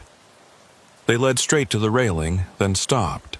He looked over the edge, down into the darkness where the Red River flowed invisibly below. Nothing, just blackness and the sound of water moving under ice. He was backing away from the railing when he heard it. A voice, faint and distant, calling from somewhere on the bridge. "Help! Please!" Deacon spun around, his flashlight beam cutting through the darkness. "Where are you? Call out again!" "Help me! I can't!" The voice was coming from ahead, from the far end of the bridge. Deacon started walking, then stopped. Something about this felt wrong. The voice was too clear, too perfectly audible despite the wind, and it kept repeating the same words, the same cadence, like a recording. He returned to his rig and grabbed the CB. "Trooper Quill, you copy?" "Go ahead, westbound. I'm hearing a voice calling for help from the far end of the bridge. Female voice, but something's not right about it." "Do not investigate," Quill said sharply. "Stay with your vehicle. I'm 10 minutes out." But Deacon couldn't just sit there. If someone was hurt, if they needed help, he had to at least check. He grabbed his heavy coat from the sleeper, pulled it on, and stepped back out into the cold. The voice continued to call, always from ahead, always just out of sight. Deacon walked forward, past the abandoned truck, following the sound. His flashlight beam swept across the bridge deck, illuminating the ice that stretched like dark glass beneath his feet. He was 100 feet past the abandoned truck when he saw the figure. It was standing near the center of the bridge, silhouetted against the ambient light from the far shore. Tall and thin, wearing what looked like a long coat. It wasn't moving, just standing there, facing him. "Hey!" Deacon called out. "Are you okay? Do you need help?" The figure didn't respond, didn't move at all. Deacon walked closer, his boots slipping slightly on the ice, and that's when he realized something that made his blood freeze. The figure wasn't standing on the bridge deck. It was standing on the railing, balanced perfectly, impossibly, on the narrow metal bar that separated the roadway from the void below. Deacon stopped walking. "Sir? Ma'am? You need to come down from there. It's not safe." The figure turned its head slowly, looking at him. Even from 30 feet away, Deacon could see that something was wrong with its face. Too pale, too smooth, like a mannequin. And then it spoke, and the voice was the same one he'd been following. "Help me. I can't get down. I've been here so long." "How long?" Deacon asked, his voice shaking. He didn't know why he was engaging in conversation with this thing, but words kept coming. "How long have you been up there?" "Since the accident, since the ice, since I couldn't stop." Deacon's mind raced. An accident. Someone who'd crashed on this bridge, maybe gone over the railing. But that didn't explain why this figure was standing on the railing now, perfectly balanced, looking like it hadn't aged a day. Behind him, he heard the sound of an engine approaching. Headlights swept across the bridge, and a state patrol cruiser pulled up near Deacon's rig. A door opened and closed, and footsteps crunched on the ice. "Don't move," a voice called out. Trooper Quill, presumably, though Deacon didn't turn to look. He couldn't take his eyes off the figure on the railing. The trooper approached, flashlight in hand, and stopped beside Deacon. "Jesus," he breathed. "Is that?" You see it too? Deacon asked. Yeah, I see it. They stood in silence for a moment, both staring at the impossible figure balanced on the railing. Then Quill keyed his radio. "Dispatch, I'm on scene at the Red River Bridge. I need you to pull any accident reports from this location. Go back 5 years, maybe 10, looking for fatalities." The radio crackled. "Copy, stand by." The figure on the railing shifted slightly, its head tilting. "Are you going to help me?" "We want to help," Quill called out, his voice steady and professional. "But you need to come down from there first. Can you do that?" "I tried. I can't. Every time I try, I fall. And then I'm back here again, always back here." Deacon felt a chill that had nothing to do with the temperature. "Trooper, I think we need to leave. Right now." But before Quill could respond, his radio crackled again. "Trooper Quill, I've got your information. 3 fatalities on the Red River Bridge in the past decade. 2 separate incidents. First was January 2019, single vehicle accident, driver lost control on black ice and went through the railing. Driver's name was Sarah Klein, age 34. Body recovered 3 days later downstream." Deacon and Quill exchanged a look. Second incident was November 2022. Trucker named Michael Strand stopped to help what he reported as a stranded motorist on the bridge. When backup arrived, they found Strand's truck abandoned, engine running, but no sign of Strand. He was never found. "And the third fatality?" Quill asked quietly. "That was Strand, presumed dead after 6 months missing. But here's the thing, Trooper. Before he disappeared, he called in a report. Said he was seeing someone standing on the bridge railing. Said they were calling for help." The figure on the railing spoke again. "I've been waiting for someone to help me down. But no one ever does. They try, and then they fall. And then I'm alone again." Deacon's hand moved to Quill's arm. "We're not helping her down. We're leaving. Now." But as they turned to walk back to their vehicles, more figures appeared. They emerged from the shadows between the suspension cables, stepping out onto the deck one by one. 4 of them. 5. 6. All wearing different clothing from different eras, all standing impossibly still on the icy surface. "They couldn't stop either," the figure on the railing said. "The ice caught them, pulled them over, and now they wait with me." Deacon's heart was hammering in his chest. "Trooper, do you have a weapon?" "Yeah, but I don't think it'll do much good against the dead." "Then we run." They turned and ran, slipping and sliding on the ice back toward their vehicles. Behind them, Deacon could hear footsteps, slow and measured, following but not rushing, like the figures had all the time in the world. Deacon reached his rig first and yanked open the door.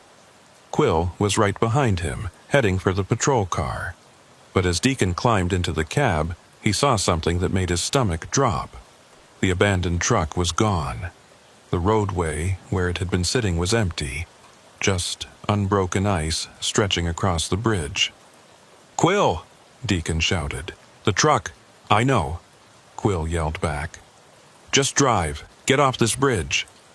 Deacon didn't need to be told twice. He released the air brakes, shifted into gear, and pressed down on the accelerator as hard as he dared.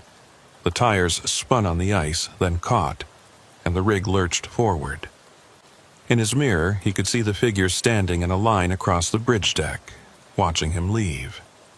And standing in front of them, still balanced on the railing, was the woman who'd called for help. He didn't look back again. He just drove, following the patrol car's flashing lights, both of them racing across the remaining length of the bridge. The suspension cables flashed past like ribs in a skeleton, and then they were off, tires hitting solid asphalt, the bridge receding behind them. Quill pulled over a mile down the road, and Deacon followed. They both climbed out, breathing hard, and stood in the cold night air, staring back at the bridge in the distance. "What the hell was that?" Deacon asked. Quill shook his head. "I don't know, but I'm calling it in. That bridge needs to be closed, at least until we can investigate properly." "It won't matter," Deacon said quietly. "Those things, they're not going anywhere. They're stuck there, on that ice, and they're trying to drag others in to keep them company." Quill looked at him. "You believe that?" "I don't know what I believe anymore. But I know I'm never crossing that bridge again. Not at night, not in winter, not ever." They stood in silence for a moment, watching the distant lights of the bridge. Then Quill's radio crackled. "All units be advised. We're receiving multiple reports of an abandoned vehicle on the Red River Bridge. Caller says it's a semi-truck, engine running, no driver present." Deacon and Quill exchanged a look of horror. "That's impossible," Quill said. "We just left there. There was no truck." But Deacon knew better.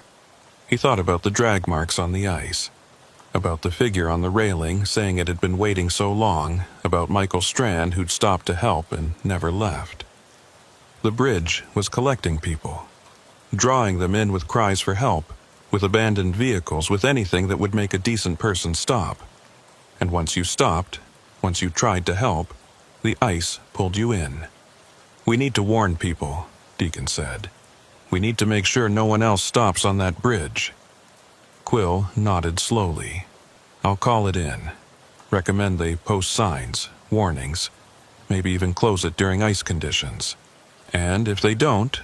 Quill looked at the bridge again, at the lights reflecting off the ice-covered deck. "Then more people are going to disappear. And those figures are going to keep waiting, keep calling, keep trying to fill the loneliness." Deacon climbed back into his rig. His hands were still shaking, and he knew they'd be shaking for a long time. But he had a delivery to make, miles to cover, and a profound desire to be anywhere but here. As he pulled away, he looked in his side mirror one last time. The bridge stretched across the river, dark and gleaming, its ice-covered deck reflecting the moonlight like polished glass. And standing on the railing, barely visible in the distance, was a figure, watching him leave, waiting for the next person who'd be foolish enough to stop. Deacon pressed down on the accelerator and kept driving. He didn't stop until he reached the Oklahoma state line, where he pulled into a 24-hour truck stop and sat in the bright fluorescent light of the parking lot, surrounded by other trucks and other drivers and the comforting normalcy of the road. He called his dispatcher and explained that he'd need to take a different route on the return trip, any route that didn't cross the Red River Bridge. The dispatcher asked why, but Deacon couldn't explain.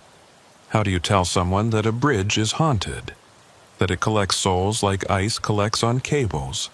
That stopping to help someone might mean you never leave? So he just said the ice was bad, and the dispatcher accepted that, because ice was a reasonable concern. Ice was something normal people understood. But Deacon knew the truth, and he knew that somewhere on that bridge figures were still waiting, still calling for help, still hoping someone would stop. And he knew that as long as that ice remained, as long as winter came to the Red River, they'd keep waiting, patient and cold and eternally hungry for company in their frozen vigil. The bridge remembered everyone who'd fallen, and it wanted more.